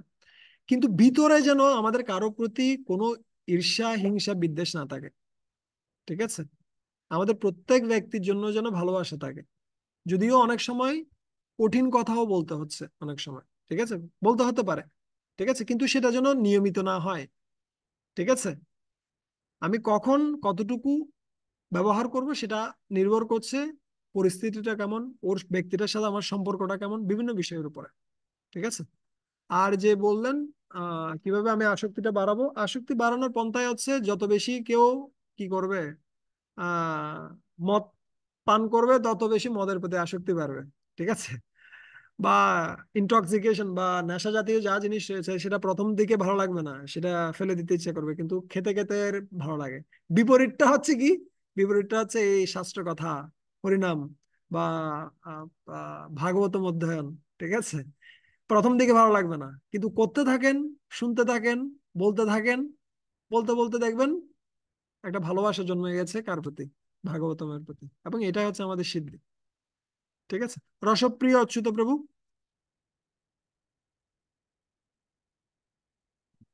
হরে কৃষ্ণ, ধন্যবাদ প্রণাম প্রভু। শোনা যাচ্ছে? হ্যাঁ, শোনা যাচ্ছে প্রভু। আচ্ছা প্রভু, আমার প্রশ্ন হচ্ছে যে প্রভু, এই যে গ্রন্থ অধ্যয়ন, এটা কি প্রভু কি সকালবেলা যদি মর্নিং সেশনটা যদি আমরা যদি ভালোভাবে করি, তাই কি গ্রন্থ অধ্যয়নের উপর কি জোরটা কি বাড়বে, নাকি গ্রন্থ অধ্যয়নের উপর নির্ভর করতেছে সকালবেলা মর্নিং সেশন বাদ বাকি সিস্টেম গুলা? আহ এটা ঠিক ত্রিনাদপি সুনিচনা শ্লোকটার মতোই। আপনি যত বেশি ত্রিনাদপি হবেন, যত বেশি বিনয়ী হবেন, তত বেশি হরিনাম করতে পারবেন। আর যত বেশি হরিনাম করবেন, তত বেশি আপনি বিনয়ী হবেন। ঠিক আছে, একটার সাথে একটা সম্পর্কিত। এটা কোনোটা আগে কোনোটা পরে, এটা বলা যায় না। একটার সাথে একটা সম্পর্কিত। ঠিক আছে। আচ্ছা, ঠিক আছে, আমরা এখানে রাখছি। আমাদের সুরেশ্বর মাধব প্রভু আশীর্বাণী দিয়ে শেষ করবেন। হরে কৃষ্ণ। আমার কৃতজ্ঞ সুরেশ্বর মাধব প্রভুর কাছে এবং কি সমস্ত সম্ভব? ভক্তদের কাছে। আপনাদের মূল্যবান সময় এখানে দিয়েছেন। না, আজকে জুম আইডিটা অ্যারেঞ্জমেন্টও প্রভু করেছেন। হঠাৎ করে কাজ করছিল না। তো সমস্ত দিক দিয়ে কৃতজ্ঞ। ইয়েস প্রভু। রাঘব কীর্তন প্রভু, আহ, আমি যেটা বলবো, আপনি যে খুব গুরুত্বপূর্ণ একটা বিষয়, আমি এটা অনেক দিন ধরে এটা নিয়ে চিন্তে ছিলাম। এবং কেননা যারা সাধনা রিপোর্ট দেয়, 90 জন আছে সাধনা মানে সরি গ্রন্থ দেন দিন করে, আমাদের প্রতিদিন করার পরেও রিপোর্টটা যারা দেয় না, তারা স্কুলে যেরকম আমরা প্রেজেন্ট দিই, সে ধরনের ভাবে, বুঝতে পারছেন তো? হুম। মানে যদিও না দেয়, তা কিন্তু ধরা পড়ে যাবে। আর মাস শেষে রিপোর্টটা চলে আসে। আমি একটা জিনিস আপনার কাছ থেকে যেটা বুঝতে চাচ্ছি বা সহযোগিতা নিজে শেখাচ্ছে, যে আমার প্রতিদিনের সাধনা রিপোর্টও এবং গ্রন্থ দেন, এই সিস্টেমটা হচ্ছে এই ধরনের নাম। ঠিক আছে, একটা হচ্ছে রেগুলার, যে সবাই দিচ্ছে একটা টাইম আছে, এই টাইমের ভিতর দিচ্ছে, যারা দিচ্ছে না তারা ক্রসিং হয়ে যাচ্ছে। তো ওর ভুলটাও বুঝতে পারতেছে, অনুশোচনা করতে দেখছি যে এটা করার মাধ্যমে কি হয়েছে, অনেক ভক্ত চেঞ্জ হয়ে গেছে। তো দুঃখ লাগতেছে যে কিছু ভক্ত প্রায় 1-2 বছর ধরে গ্রুপ থেকে, মানে লিমিট আছে 1 মাস, 2 মাস, 3 মাস, 4 মাস, গুরুত্বটা বুঝতেছে না। ঠিক আছে, এটা হচ্ছে প্রতিদিনের সাধনা রিপোর্টের ক্ষেত্রে, আবার গ্রন্থ অধ্যয়নের ক্ষেত্রে। তো আমি বলবো যে কি, মানে আর কি করলে এদেরকে ধরে রাখা যায়? ঠিক আছে, অনেক সময় যারা প্রভুকে একটা বলবে, যেমন আমার গ্রুপে তো সব ভাগ করা, যেমন মাতাজিরা মাতাজিদেরকে দেখবে, প্রভুরা প্রভুদেরকে দেখবে। তারপর আপনার যে সাধনা রিপোর্ট দিচ্ছে, সে একজন থাকবে শুধু অ্যাবসেন্ট দেওয়ার জন্য, আবার একজন থাকবে সে যে দিচ্ছে না তাকে কল করার জন্য। এবার কিন্তু যারা সেবাটা দিচ্ছে, তারা কিন্তু আপ্রাণ প্রাণ চেষ্টা করে, সে প্রতিদিনের রিপোর্টেও গ্রন্থ দেন। তাদের গুরুত্বটা অনেক সময় তারা বুঝে না, তারা যে কি করতে, তো কিভাবে, মানে যেমন আজকে, আর আমি আরেকটা বলবো যে আপনার কাছে লাস্ট যেটা বলবো, প্রতি মাসে যদি একটু গ্রন্থ অধ্যয়নের উপর আপনি একটু, এই যে ক্লাস, এরকম একটা ক্লাস থাকলে আমার মনে হয় বক্তারা একদম অনেকদিন পরে হয়েছে এই ক্লাসটা। একটা আমার প্রথম হচ্ছে যে কিভাবে করলে আরো, মানে এদেরকে কি করা যায়, তো রাখা যায়। উম আহ তবে আমাদের যারা কেয়ার নিচ্ছে তাদের আশা থাকা উচিত যে সবাই অংশগ্রহণ করবে, সবাই সবকিছু করবে, কিন্তু তার ভিতরেও কিছু ব্যক্তি থাকবে যারা হতে চাইবে না। এটা স্বাভাবিক সিস্টেম। সব জায়গায়, যে কোনো জায়গায় পরীক্ষা হলো, পরীক্ষার ভিতরেও কিছু ব্যক্তি ফেল করবে, কিছু ব্যক্তি কি থাকবে, কিছু ব্যক্তি 33 নিয়ে পাশ করবে, কেউ 60 নিয়ে পাশ করবে, কেউ 90 নিয়ে পাশ করবে। বিভিন্ন জন বিভিন্ন লেভেলে থাকবেই এটা। কিন্তু আমাদের পক্ষ থেকে আমরা যেন চেষ্টা করি সবাইকে কি দেওয়ার জন্য। আহ যে কেউ শুনুক না শুনুক, আমাদের কাজটা আমরা করে গেলাম। এক একজন ব্যক্তির এক একটা সময়ে গিয়ে সে কি করবে, রেসপন্ড করবে।